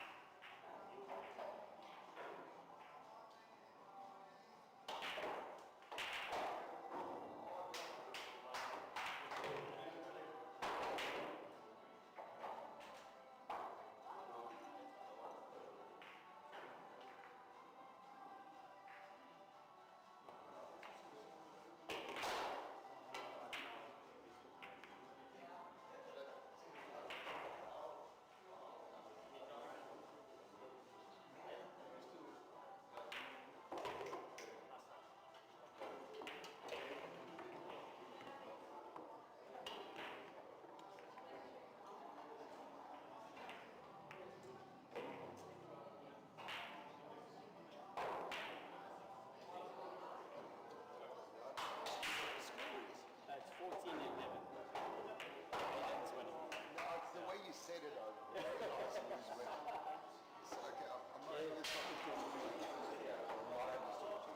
many times have you spoken to me this game?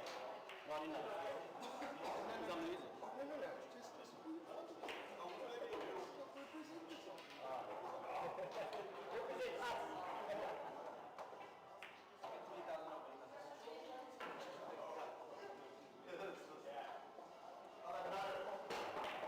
That's the talk I need.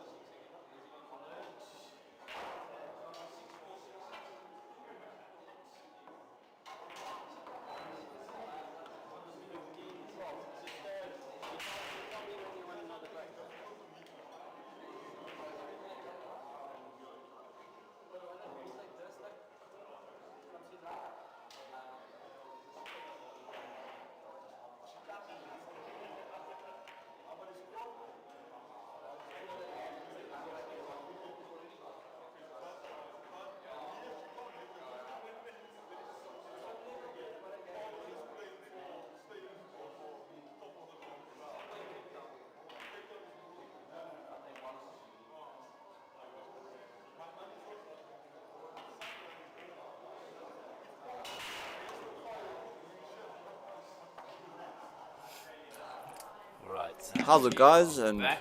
we are back in action. Right, so score now 15-12. Aiden restoring that 3-frame lead.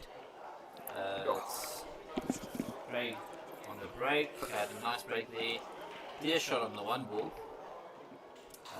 Yeah, this is not a straightforward table here, but I'm pretty sure Craig's gonna just Oh, stump the one. wow. That's a Getting really, it really over nice and shot. But just a little bit on the two. yeah, Craig looking at safety here. I mean, Ricky, we're getting to that point now where we're getting very close to that 3-frame deficit needs to close if Craig wants to have a chance to take this one. I think the big thing is, especially in the long race here, to the 25, Craig really wants to close up this gap as quick as possible. Yeah. And not have a 3-frame gap with the lead maybe of 2017. Because then it's going to become a bit of a, I wouldn't say problematic, but it just creates an extra level pressure. Yeah. No, it just makes Aiden play a little bit more comfortably. Freely. Yeah. If you Yeah, say yeah, that. yeah. And we all know what he can do on the table if he plays freely.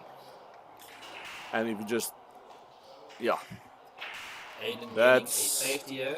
Oh, Craig might rip out the little jumper. I'm pretty sure he will.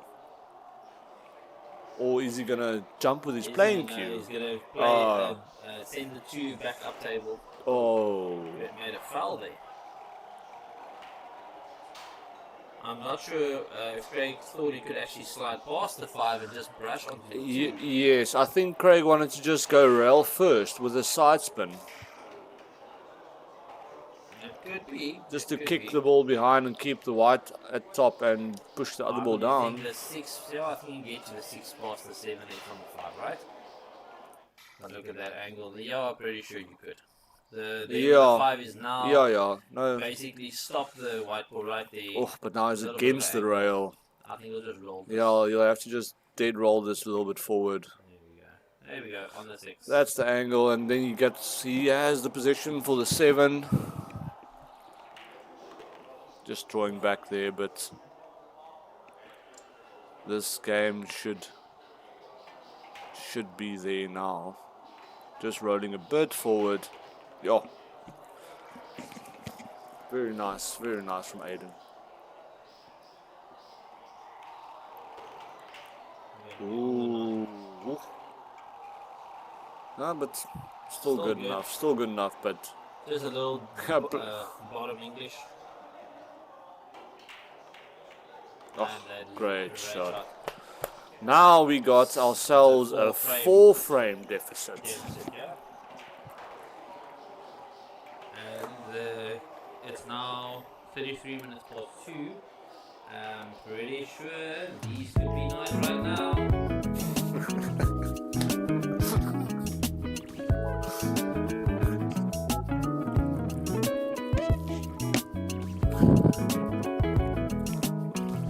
Nice little segue into a little ad. And we're back. That's pretty clever. Aiden, I think he's going to actually snook himself completely here. Oh no, one got a nice little tap there.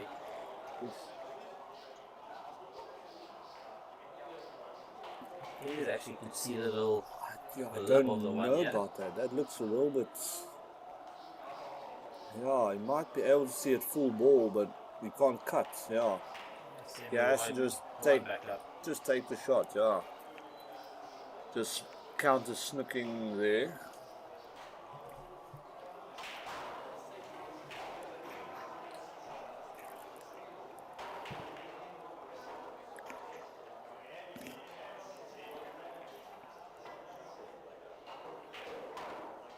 Oh, what a brush there from Craig. Oh, with a curve shot. But unfortunately selling out and giving Aiden a look on the one.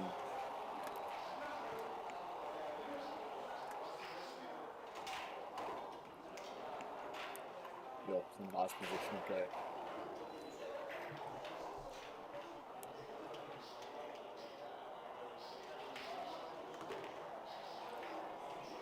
Yeah, so if you look, Aiden's looking very comfortable at the moment. Like Mark said, as soon as that lead opens up a bit, 4-frame, 5-frame lead, the player in the lead obviously starts playing with a lot more freedom. Actually, like going for kind of shots that he's very comfortable with playing. Yeah, and even also attempting shots that he's not too comfortable with, but he knows he can go for it because he does have a little bit of a deficit. Yeah, the buffer. Yeah. Oof. You Aiden's see what good, I yeah. see? 6-9. I don't think Aiden will play for the 6-9. No, He's no, gonna no, roll but- through. Yeah, but what I meant there is, Yeah, if he it was- played a it was draw there. there, It that was 9 there. would have made me go, but yeah, just There's a Aiden. need, like you explained Yeah. earlier, Michael, is that the top players will rather run the rack than, he's too straight on the 8, yeah. Ooh, Oh. yeah, that's an unfortunate roll. If I could is- zoom in, I want to zoom in because that looks like touch. We can see maybe if we could Nah, we can't, unfortunately. see on the angle, you won't be able to see it. You can see Craig's looking at that shot. It's different, but I'm pretty sure Aiden's going to brush it and run the white back up to the top of the table. Well, yeah, Oh, we're hoping not. behind the 9. Oof. Yeah, now that's putting Craig into a bad situation there. I think Craig has not got much option here. I think probably just put the ball on the rail, on the side rail, and get the white to kick. Craig actually went for the double full on. Left Aiden shot. Yeah, Definitely left Aiden shot, yeah. and the position is almost automatic. That's a great cut. As I mentioned, yeah, so on those shots, the position, you get the white ball to the center of the table. Most of the time, you should just be roll good- it. good Yeah, left there, yeah. great shot there. Aiden extending it now to a 5-frame. Craig is going to have to really He's going to have to do something to stem the bleeding here. and then, I would say maybe 3 frames on the trot there should bring him back, into a good headspace. So let's see if Craig can bite and see if he can pull back some frames here on Aiden. But Aiden is looking very, very good. Very strong. comfortable, yeah.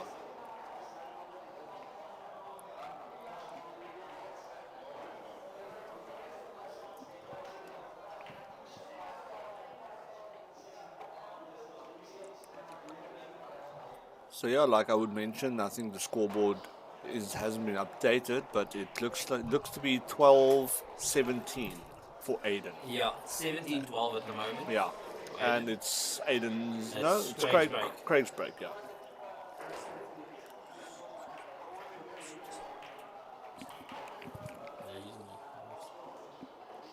Doesn't sound too bad, yeah. No, so you can't really hear that Super Sport too much. You can hear it in the background a bit.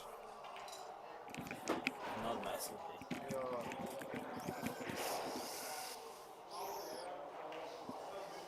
Yeah, it sounds like a busy place.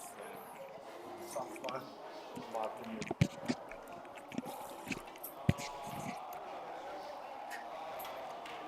Oh, what a shot there. Problem shot. ball here. 17-12 to Aiden. Yeah, so getting from the 3 to the 4 to get position from the 4 to the 5. That 6 is a bit. I think if you look at the layout here, the best possible play would be getting the white between the 6 and the 9 to play the 6 down to the bottom corner pocket. I'd say that is the play to go here. Craig maybe can give himself a little angle. He might even play the combination 6-9. But The 9 is lying right up against the rail. So maybe he gave himself an angle to kick into it get now. behind, no, I think that's to get behind the 6. Okay. You play the 6-9 combination. because the 9 being on the rail, you basically need to just hit the, oh, Michael, you called it. Yeah, I mean, lucky calls. And that was a good call. I mean, Craig's going to look to then basically pot the ball into the... Yeah, just roll it into Top the right. top right, yeah. Let's just see. Boom, that's a confident stroke confident there by Craig. one. Looking to pull one back here and make it 17:30, making it 13:17, 30 frames played. Yeah, what a shot. Yeah, so now it's Aiden is leading by 4 frames. Is Craig taking a bit of a break? Looks like he took his glove off. So I think we might be going for a little bathroom break. Ad break. Yeah, we'll be with you when the action starts again. Oh wait, Aiden's racking.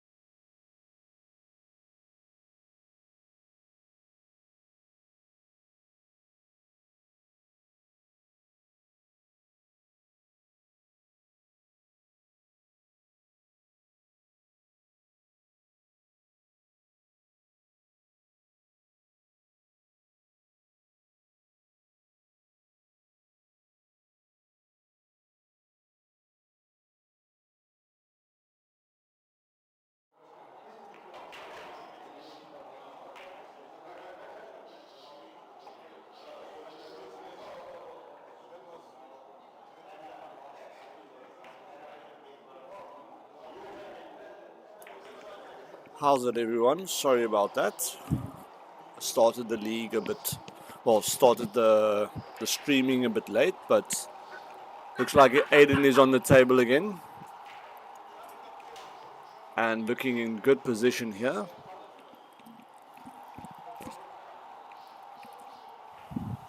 To regain that 5-game deficit. Yo, confident stroke. But yeah, this is not a gimme, as the white ball would want to run into the 9 ball as well. So yeah, Aiden just using the table beautifully, keeping the white for the 8, and this is a nice little one railer. Yeah, just using the 2 or the second rail just to keep the white.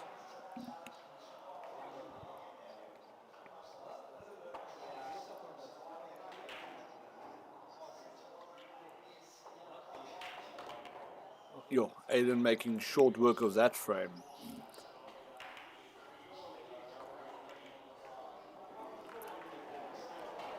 That wasn't a rack and run, Michael. I don't believe that's what I said. I unfortunately I started the stream a bit late, but Right. So this takes it to 18-13, frame 32 to be played. That's Craig's break, and he's 5 games down. So yeah, Craig really needs to start fighting now. Because I think if Aiden gets to that 20 mark, could be very short work from there. yeah, it looks like it's Craig's break, so that could have been a racket run from Aiden.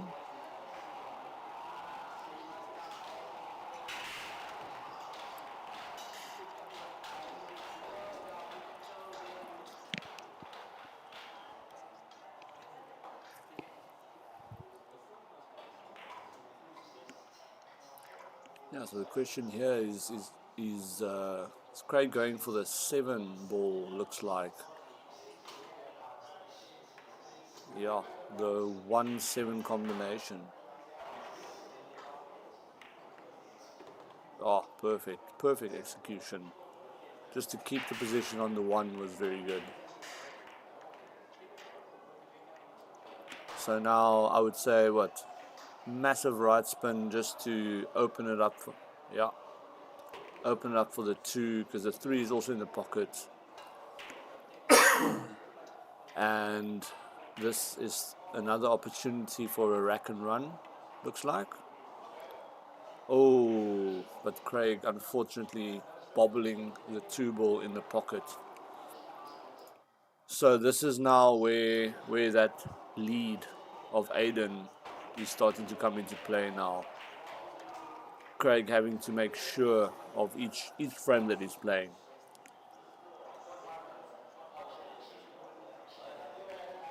Giving Aiden a lot more, how can I say, like he can capitalize a lot easier. I think Aiden's just playing stress-free at the moment. I think Craig is under a lot of pressure now. And all no pressure sometimes leads to little mistakes. And unfortunately, the caliber of like Aiden, you can't make small mistakes because you will be punished. Especially the way Aiden's playing at the moment. Really free. Just feels, yeah, he's just feeling his way around the table. That's a great positional shot.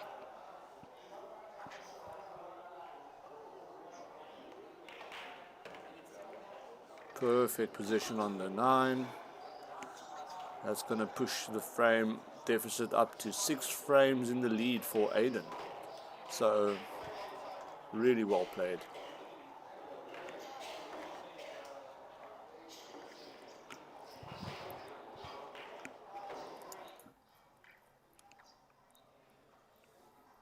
See, we got a little spectator corner there on the one side already. A lot of the players actually stand there are some of the league players. sitting there. So Yeah. it's good to see the guys coming out to come and watch a very high quality challenge match. And I think I saw another celebrity roaming in the area, Mr. Sean Matisse. Yes, he is here as well.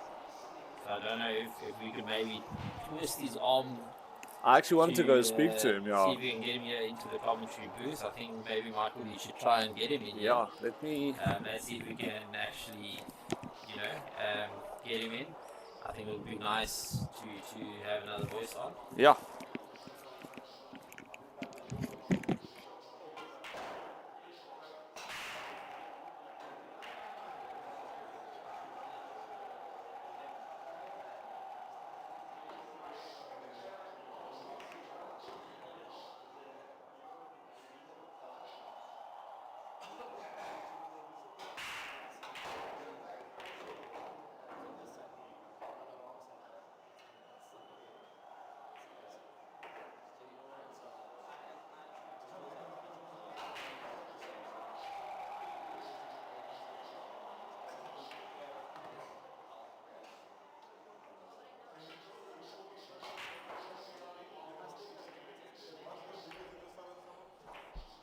Okay, looking at coming just around the 9 and the 8 here.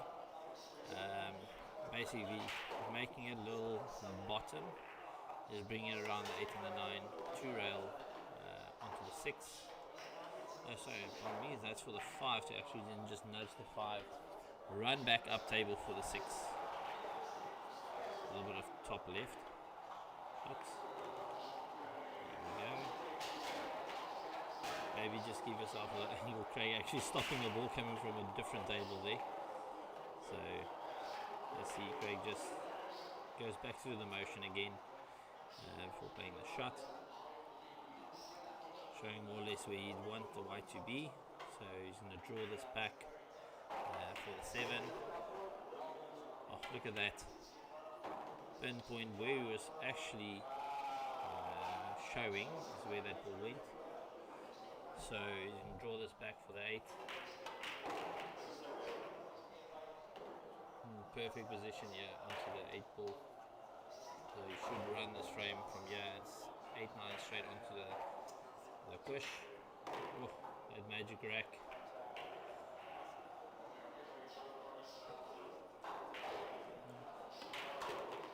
Oh, take the magic rack fly there off the table like I explained earlier. But Craig just basically thundered that ball in.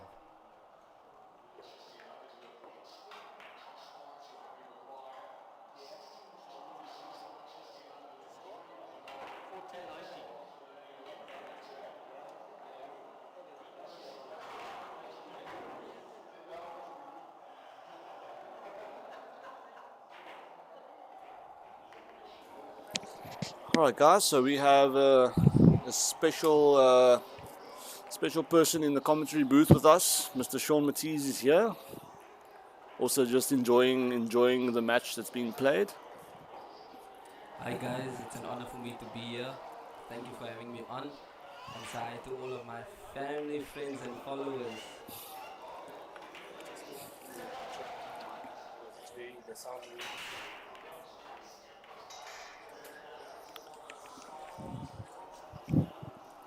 Yeah, so how have you been experiencing the matches so far? Well, it's good to be here. I am here by luck, I should say. It was never my intention to be here today. But Aiden called me earlier this morning asking me to bring him a belt. Okay. Which makes no sense because we are no longer the same size. He's triple my size at the moment. But that's what brought me here. I'm happy I made it. It's nice to see the guys in action live. It's just different. For those people watching over live stream, I'm sure you're enjoying the game, but I would encourage you to try and make your way to the venue if you can. It's just a different vibe being here. Yeah, I mean, one can feel the tension in the air while playing. I mean, these guys are putting down the heat on the table. They're playing really well. Aiden especially, he's playing really, really well at the moment. Very flowy. And yeah, it's very, very nice to see these two titans of the game playing as they are playing.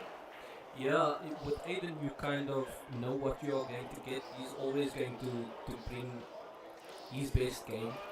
With Craig, I rate him very highly, and I believe that Craig can beat almost anyone. But Craig needs to be playing well.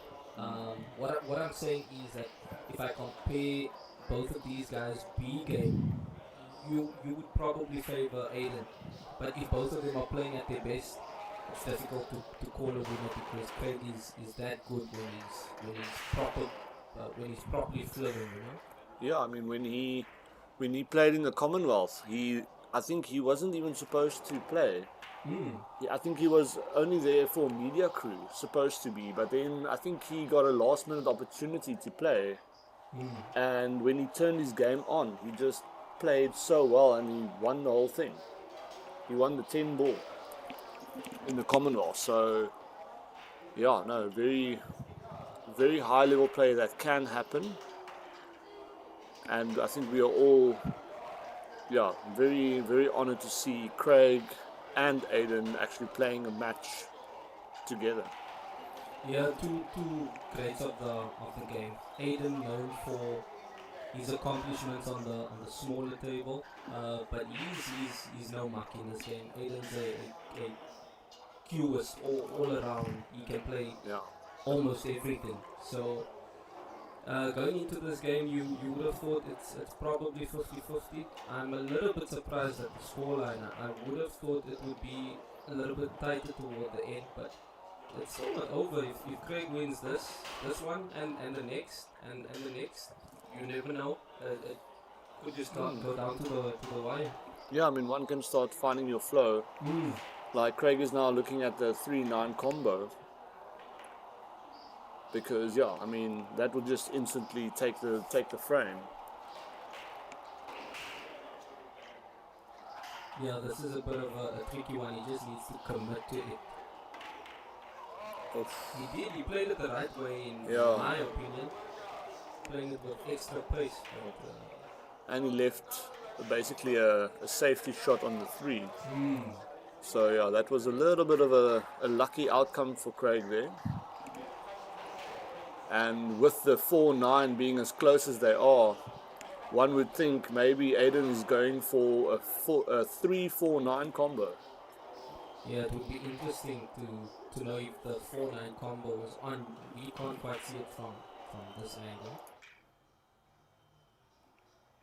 I think it does go. Yeah, it might. Oh, what a shock. Oh, but leaving the 9 in the pockets. Yo, that's so close. And the 8 is blocking the 3 now. So yeah, things are heating up here. Yeah, that's just the nature of this game, the game of 9 ball. You never out of it. Oh, that's not a great shot. Was he playing to get the 9? I think, he managed it. He yeah. just needs to touch it. Oh my soul, and it went down. Look at that celebration. What a shot with the backup safety as well. That was a really, really great shot there from Craig. Just to have been able to see that shot is already something. Yeah. I thought he played a failed safety shot at first until I saw the white ball coming into the direction of the 9. But I now know that he actually played for it. Yeah. So that's the thing with 9 ball, right? So you don't have to nominate your pockets. So that's why in 10 ball, Craig would have definitely nominated the 10. But also in 10 ball, you don't get an early victory if you pot the 10 with a combination. I want to give a shout out, if I can, to the Mushroom Men. That's the team that I play for locally. It's also the t-shirt that Aiden's wearing at the moment. Some of the guys in our team decided let's give South Africa's best pool player one of our t-shirts and see if he'll wear it at any of his games, and he did today. No, so I thought when I saw Aiden wearing the same shirt as you, I thought you guys are playing in the same team. No. It would be possible if he was Cape Town based, but because he's in Joburg and we are all the way on the side, it's not possible. Okay. But yeah, our team decided we want to give him this t-shirt and see if he'll wear it at any of these matches. So I'm sure they would watch this live, feeling very proud that Aiden's representing us over here. But yeah, that's a bit true. I think he underrolled it a bit there. He was obviously playing to snooker Craig on the blue two ball over there. Yeah, He's behind only the full 7. sighted. Yeah. But getting position from the 2 to the 3 might be tricky as well. So it's not a clear-cut one. Yeah, I think Craig would be happy just getting an opportunity at the table so early in the frame. So, Yeah. and what a shot. Oh. He would still feel happy that he's at the table. Yeah, just having a chance, not being locked out of the game. It's not an ideal position, but he's at the table, so he gets to dictate the way the frame goes. I think he might just play snooker here. That's the right thing to do. Touch ball against the 4 might be the option. Because, I mean, Aden has showed that he can jump as well, so you need to make sure that it's a touch ball snooker if you go for it. I'm all for deciders, so I don't know who I'll be supporting when it gets there, but for now, What a snooker. For now, I'm supporting Craig in this frame and the next, only because, for the sake of Yeah. viewership, we wanted to get to 24-24. Yeah, that would be insane. Yo. Some of us will get a chance to lose our nails.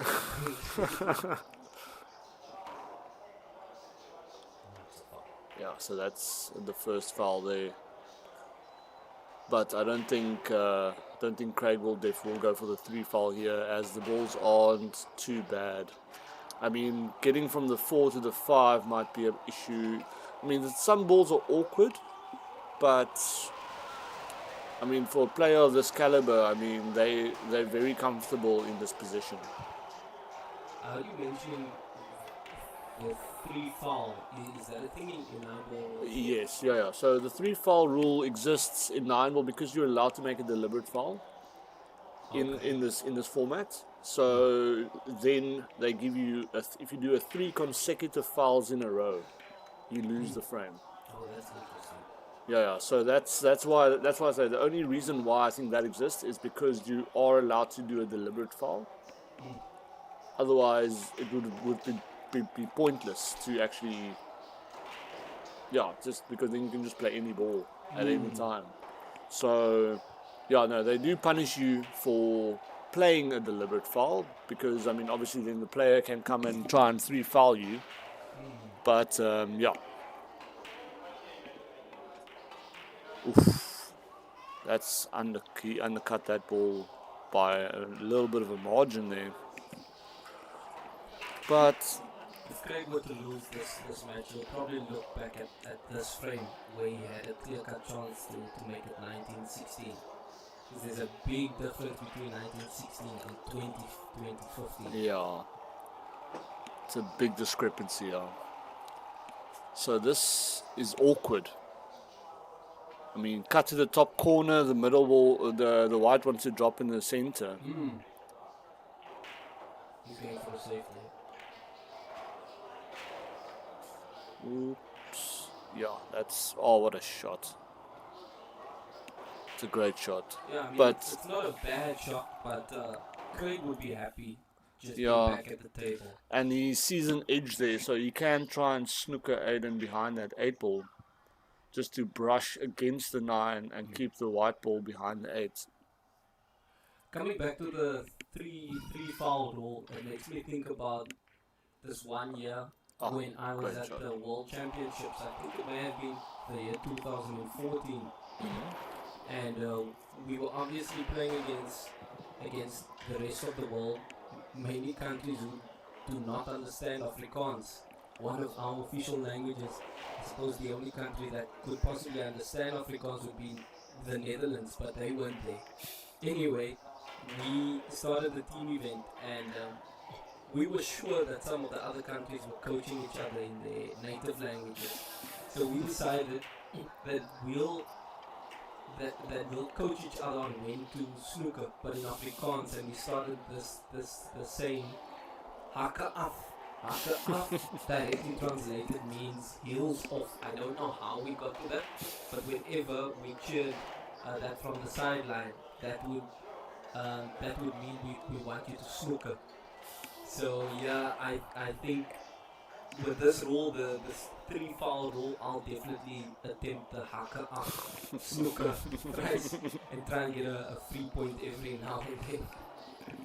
Funny story. Yeah, so the thing with the 3-foul in this format, right, is one's allowed to jump.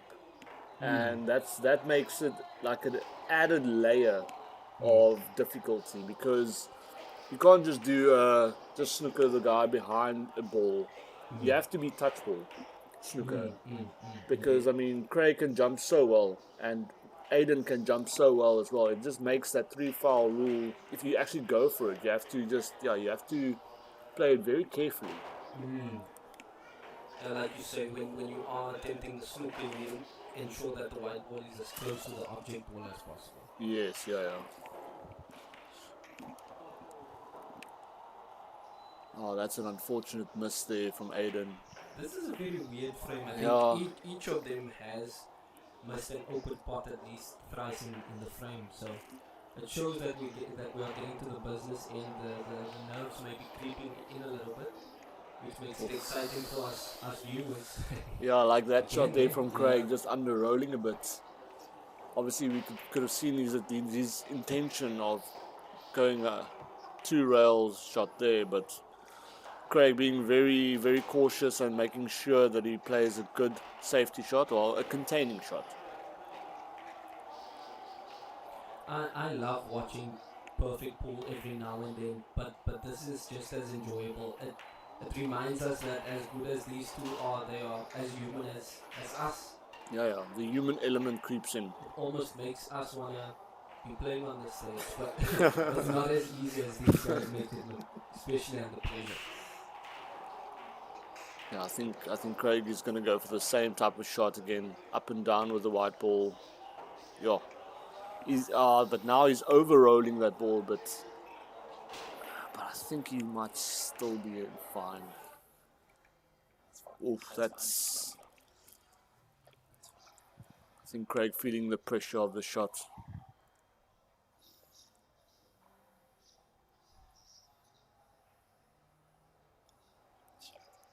Oh my soul. So Craig forfeiting that frame there. I can't help but to have recognized Craig's body language just on the last 2 balls over there. He didn't seem too happy, and you need to commit to those shots, especially when you are both on the 9. Just realize that it's the winning ball and commit to it 100%. Yeah. There's nothing he could have done after he had already gotten position on it. Of course it was not ideal position, but just realize that you are at the table, everything is in your control, and commit to it 100%. I don't think he's done that. I just didn't like his body language on those last 2 pots. Yeah, so it's quite tricky when you underroll your previous shot, and if you want to play the same shot again, that kind of plays into your head, saying, listen, okay, the feeling that I had on my previous shot was not enough, I need to play harder. But then you tend to overroll the ball again, or even underroll. So yeah, it's a big mental thing. So you have to have like the mental capacity just to put yourself outside of the game and start looking at yourself as just a player, and just see what mistakes you are making. Yeah, I'm big on the psychology of the game.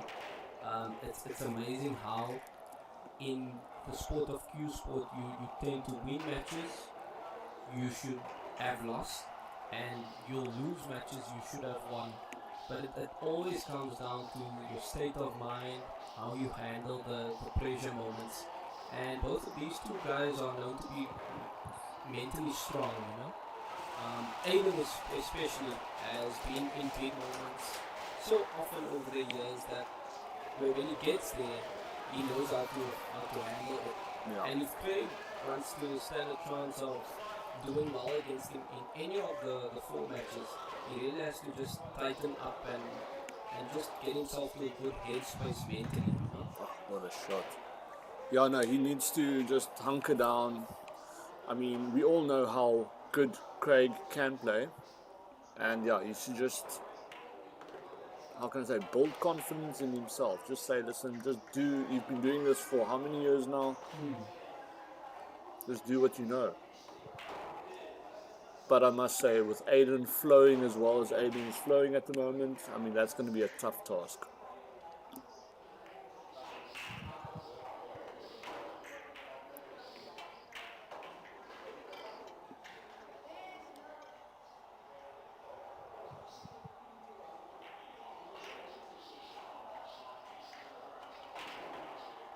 Oof, that's an unfortunate one.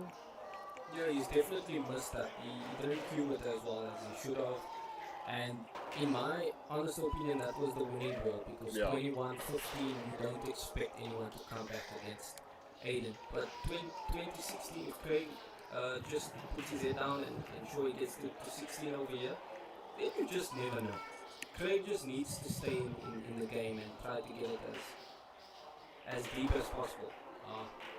Yeah, I think Craig is just trying to get his arm loose now. With that shot that he just played now, just to get his stroke right, get his confidence back into his stroke. And there's the difference between this 9-ball and the 9-ball before this. This time around he showed absolutely no emotion. Again, the position wasn't ideal because the white ball landed very close to the cushion, but he didn't show any emotion. He didn't show the satisfaction with the way the balls were rolling for him. He just put his head down, completed his pre-shot routine, and banged the 9-ball in. And it just goes to show that sometimes the way you approach the shot determines the outcome. Yeah. So try not to show emotion even when things are not going your way. Just commit and remain positive. Yeah, I mean, sometimes if you show emotion on the game, you kind of give your opponent the upper hand That's true. by letting them know that you are struggling, and then that just makes them a lot more relaxed Exactly. when they play. So, yeah, try and keep those advantages to yourself. Definitely.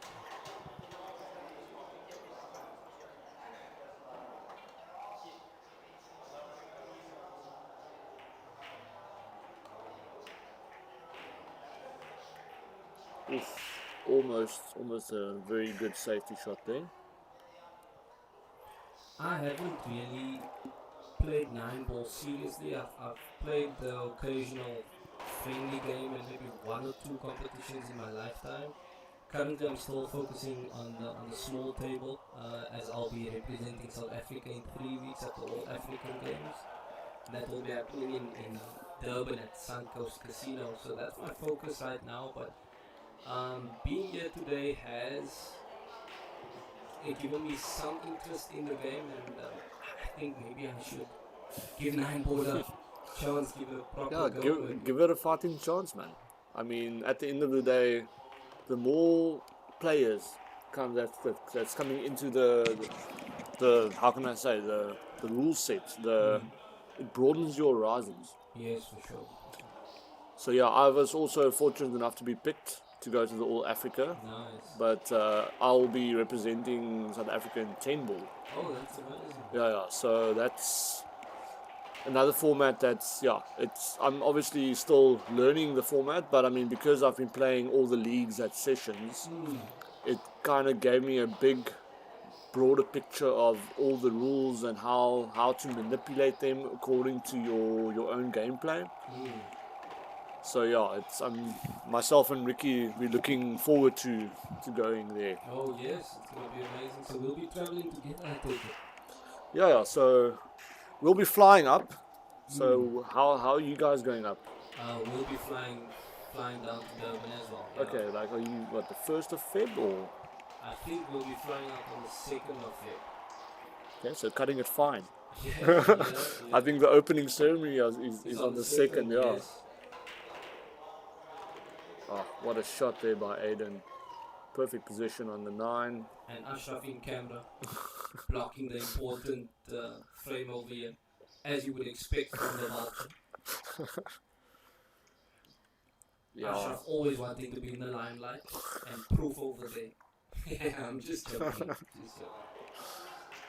Yeah, so I think Ashraf is playing in the Heyball playoffs at the moment. I think, yeah, I'm not sure what the score is and everything, but yeah, so we played a Heyball league here at Sessions as well, and then we had 3 tiers. So the top 4 players of each night got to play in the cup finals or the cup playoff, and then the middle 3 got to play in the plates. And then the bottom 3 or bottom 4 played in the spoon playoffs.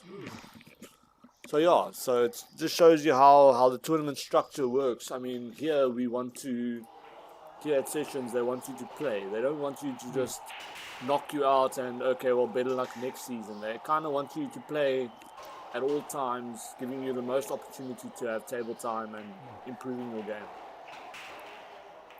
And aren't we lucky to have arguably the best club right here in Cape Town? It's one of the reasons I think I would be considering Heyball at a later stage is that we've got the best facilities right here in our backyard. Yeah, even having the ultimate pool center here as well. Oh yes. I mean, that's another big venue. I ran into a good friend of mine a few minutes ago, just before I came into the room over here, and he told me it's his first time here, and I couldn't believe it. How? So yeah, Craig opting there for a push shot, which gets to happen directly after the break, giving Aiden the opportunity to accept the table, but having to play the white ball from where it lies. But if Aiden didn't like the shot, he would have been able to give it back to Craig. Oh, what a job. That just shows you. I mean, just normal snookers behind a ball isn't enough here. These guys are on fire. I've got to be honest, I'm surprised that Craig left so much space between the cue ball and the green 6, because I was always going to back Aiden to jump that blue ball on. But he still needed to execute it, and he's done so perfectly, giving him a chance to finish this round.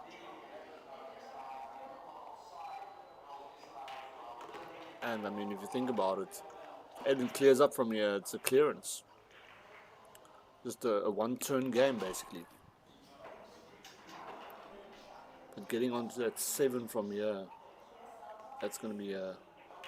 Oh, but that just shows you, I mean, the knowledge of how the white ball moves and how to get position from awkward angles is just on another level. Even giving himself a nice... Is there an angle? Enough angle there just to roll forward. I think he's on the wrong side. Yeah. He'll be okay. Oh, what a shot. Yeah, that's what these tables allow. The side spin grips tremendously. So yeah, I think he overrolled that a little bit, but I mean, he should still be fine here.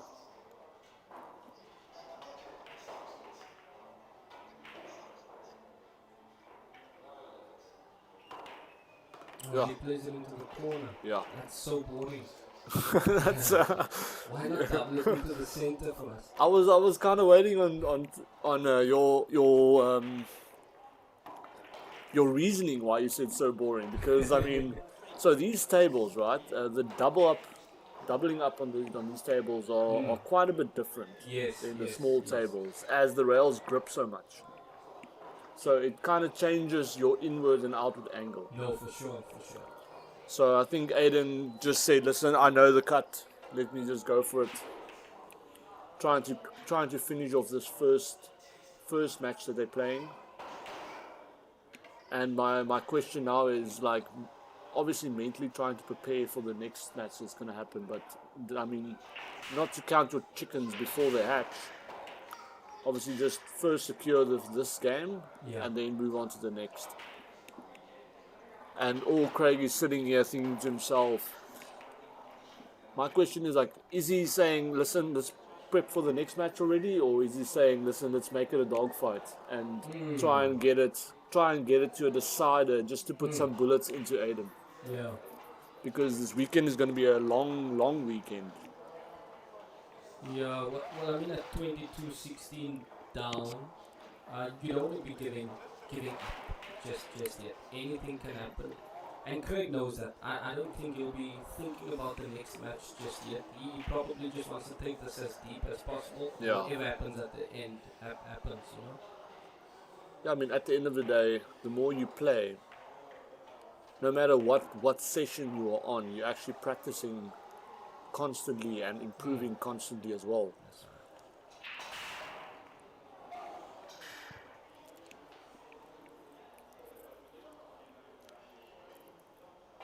Okay, so Craig is going for a one-rail kick shot to try and push the one into the corner and get the white for the two. That's a great shot. A lot of side spin on that ball to keep the white. But yeah, I thought rolling a bit more would have been more ideal, but let's see what Craig has up his sleeve here. I mean, the 3 ball is inside that pocket, so he doesn't have to do too much with the white. I'd be tempted to look at a safety over here, but Craig's definitely going for the pot. Yeah, I think going for the pot is the more positive way of going for it. Ooh. Yeah, the reason I was looking at a safety is because the pot wasn't a guarantee, and it was the The position. On the position. field. Yeah, like he didn't get both. Yes, exactly.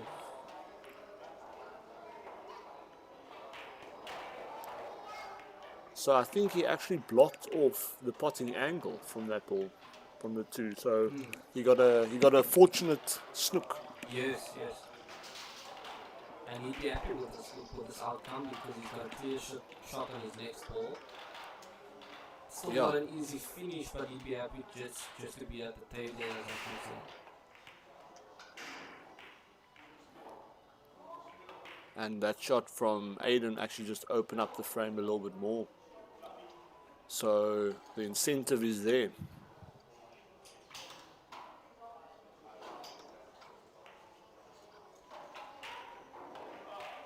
Oh, great What a shot.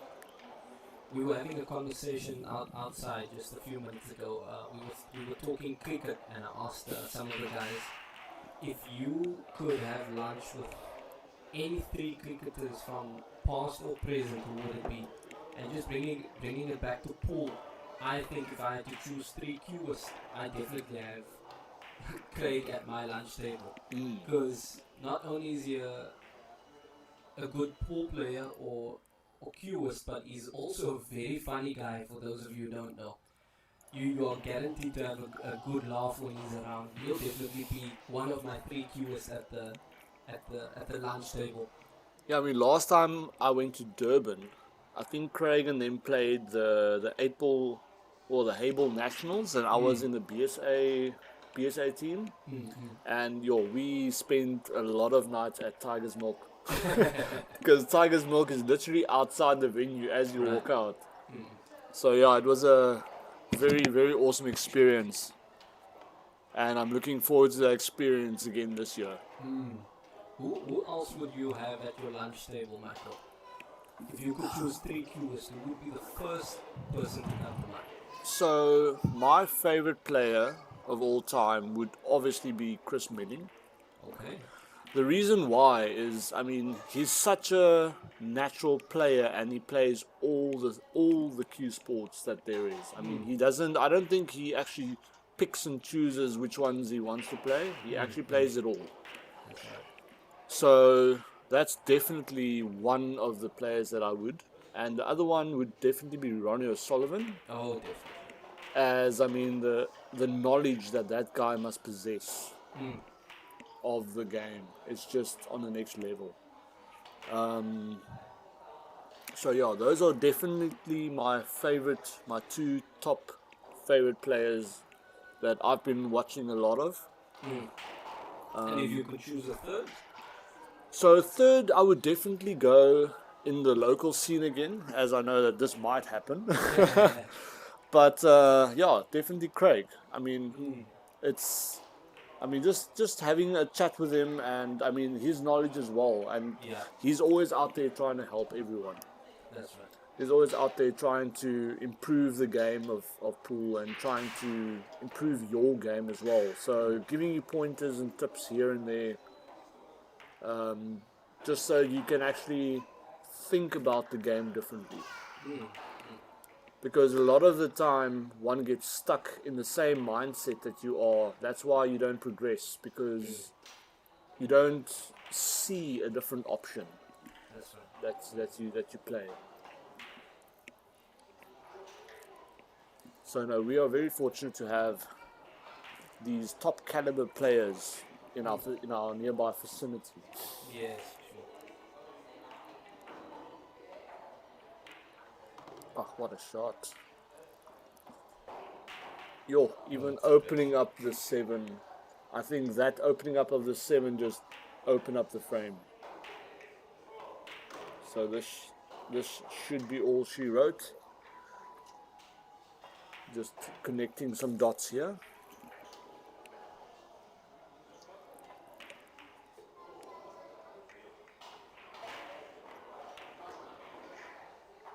Yo, what a shot.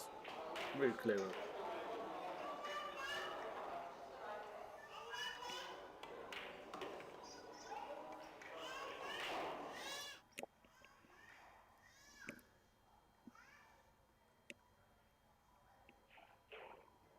Alright, so I think the score is now 17-22 for Aden. I think that's going to be it for me for now, Michael. But I do want to thank you for bringing me to the commentary Yeah. booth, and then I want to say thanks to Sessions for allowing me this opportunity, and then again a special shout out to all of my friends and family. This is from Sean the Jaguar Martins. Enjoy the rest of the game, guys. And follow him on his Facebook thread that he posts every now and then of him going to different places, playing different people. I must say I did start following you as well. Very interested in what you're going to do next. Thanks for all the support, guys. Awesome, man. Have a great day. Bye.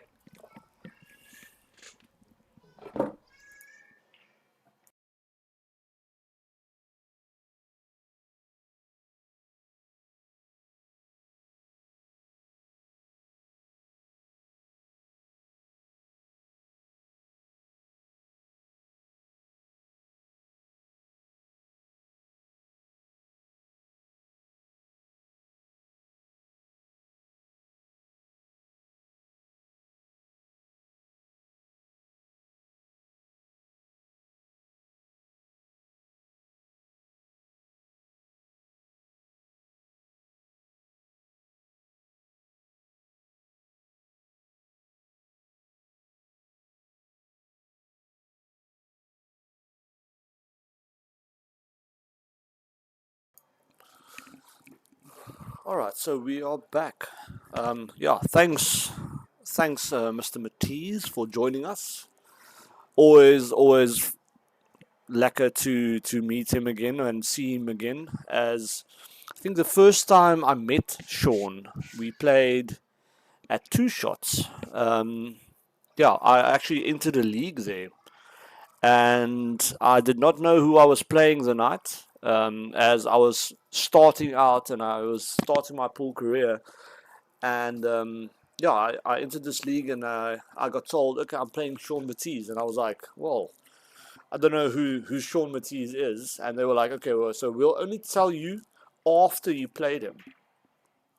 And ever since that day, I realized, listen, this guy's something special. This guy knows what he's talking about.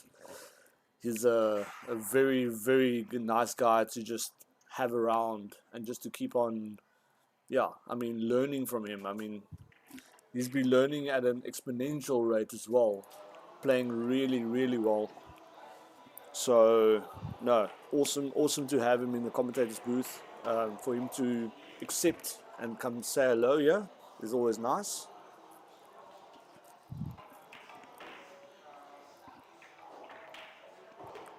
Yo, Aiden is looking on form here, trying to finish out this game. There's a race to 25. It's only 3 frames away.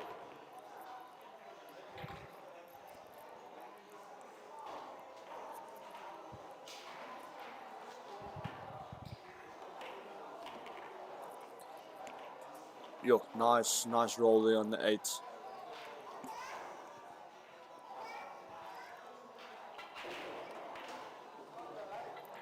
Great positioning shot there on the 9. Wow. Really firing.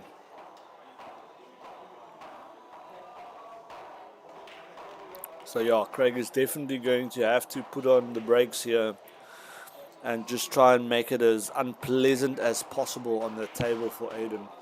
So what I mean with unpleasant, so just give him awkward shots, man. Just make him struggle, make him question every shot. But the thing is, a caliber player like Aiden, I mean, he's seen it all. So yeah, I mean, it's going to be an uphill battle from here. But yeah, we know that Craig is a well-seasoned player as well. So another thumping break there, potting that 7 ball, and the 2 is rolling, almost dropped. But unfortunately, I don't think Aiden has a shot on the 1.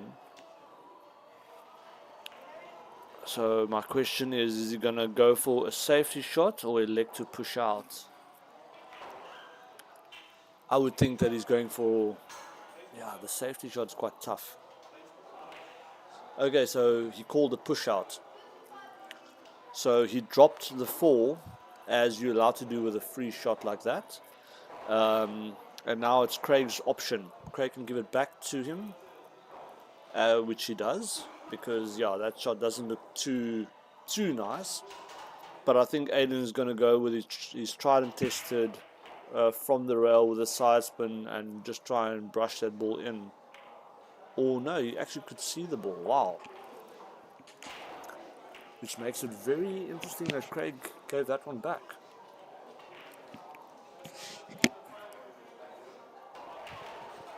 I think Craig also took, how can I say, like, thought it through, saying, listen, if I give it back, what's the worst position that I can be in, and would I want to be in that position rather than trying to go for it?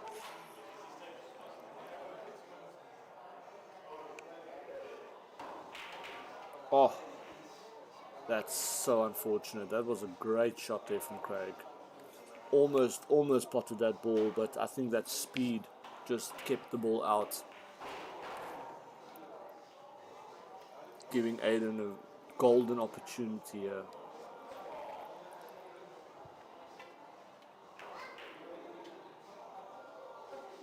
And seeing Aiden play with a wrist, that's something that I never thought that I would see. But yo, this guy is, like Sean mentioned, I mean, he's such a good cueist and such a good student of the game that he understands the dynamic of each of the elements in the game. See, even going for it again. Just a nice cutback shot there. Try and just use one rail and keep that white in the center where he's now. So his positional play worked, but unfortunately, yeah, he missed that shot.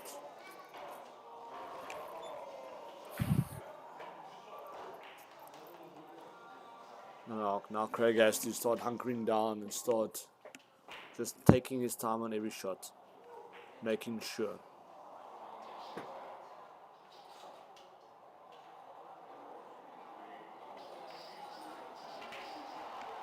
Oh, and unfortunately that 3 gets left inside the pocket.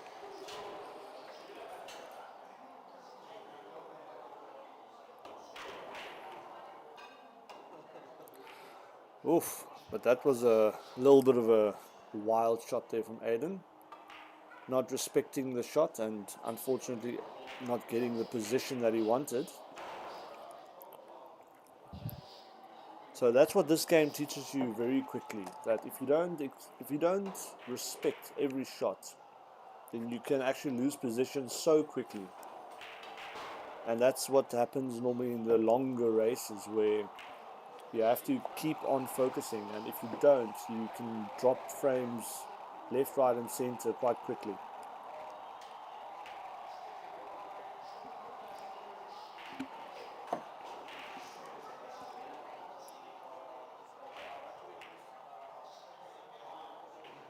Okay, so Craig decided there to do a deliberate foul. So he's on 1 foul now. So that's the thing with this game. You are allowed to do a deliberate foul, but Aiden's just going to do the same. And yeah, I don't think Craig can do another deliberate foul here. Is he going for it? I think he might. Yo, it's a tough shot here. Opting for his jumping cue.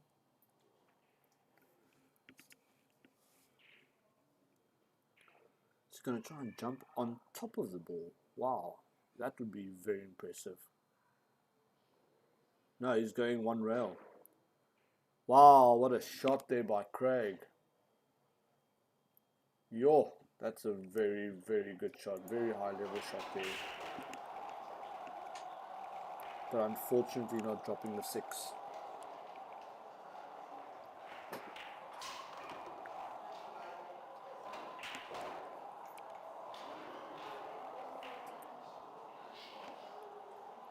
Aiden sitting in good position here. Only have 3 balls left. That's a perfect position on the 8. Well, he's a little bit close to the rail, but it's still good.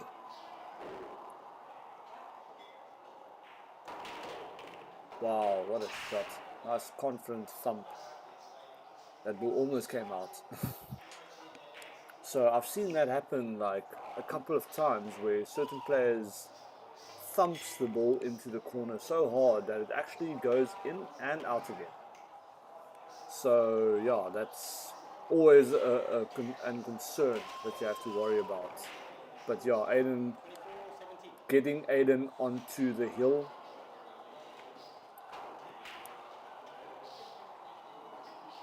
So yeah, now Craig just needs to just hunker down and just make it as messy as possible, in my opinion.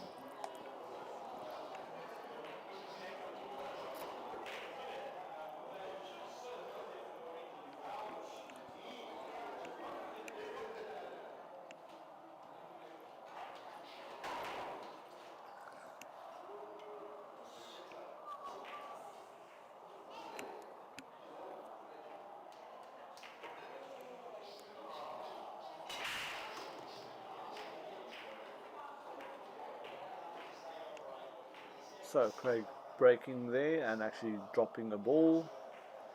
How does his position look on the 1? Let's see if we can see with this camera angle here. Unfortunately we can't. But yeah, that's not the best position on the 1 there.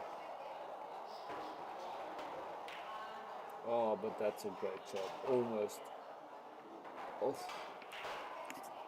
Wow, that was very well thought out, but I think he sold out and he gave him a shot on the potting angle of the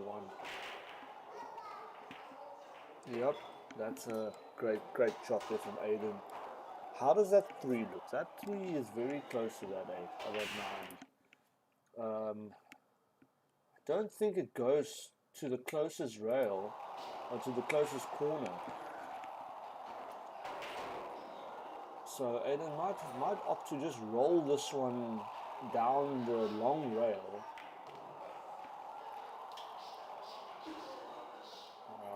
Unfortunately not getting that position, but I thought if you just roll the ball down the long rail and play that 3 into the bottom right corner.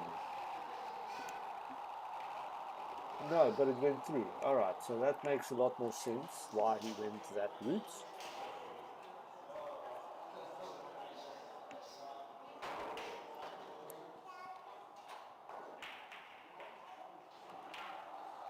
Yeah, great white ball control there from Aiden. Being able to just keep that ball on the string as close as he wants it. Oh, just brushing the 9 close as well.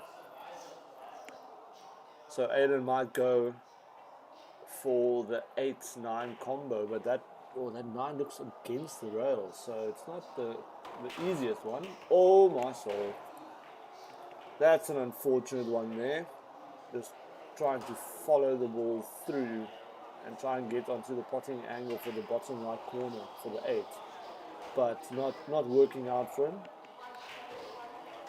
Giving Craig another frame. And yeah, I think for this long weekend that we're going to be having, I think the more frames Craig puts into Aiden, the better it's going to be for Craig, as this is Craig's format. So Craig is known for that 9-ball table, 10-ball table frames. And yeah, I think he must just start finding his feet, because I think Aiden is actually finding his feet sooner. Hence why the scoreboard is looking like it does. I mean, Aiden is such a seasoned player, just playing so well.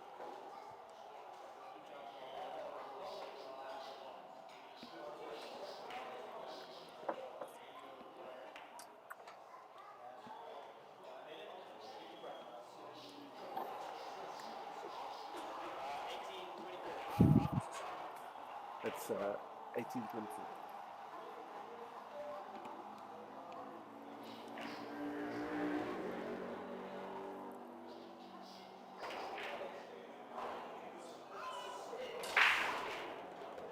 Oh, what a break.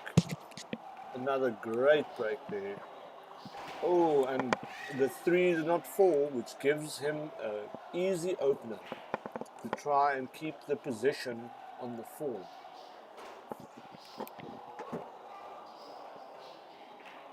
And the 6-8 combo is there, if he wants to play the combo. But yeah, now just getting position from the 4, from the 3, it's just there.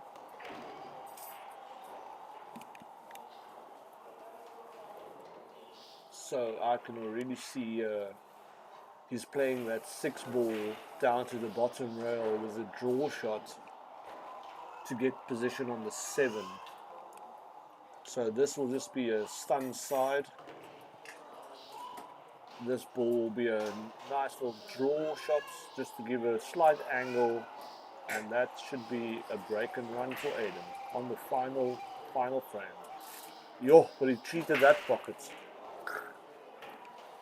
But that's still 100% perfect. I mean, he's rolling here. That's a quality finish from there from Aiden.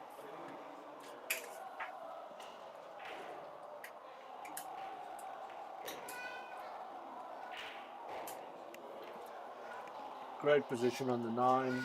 Aiden on the hill, taking the first match. 25-18. Well played, Aiden.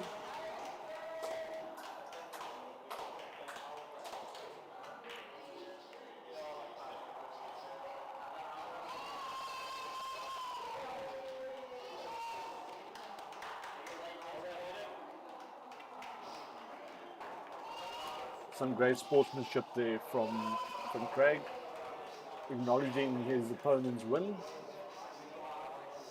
Can't wait for the next round. Let's see what's going to happen.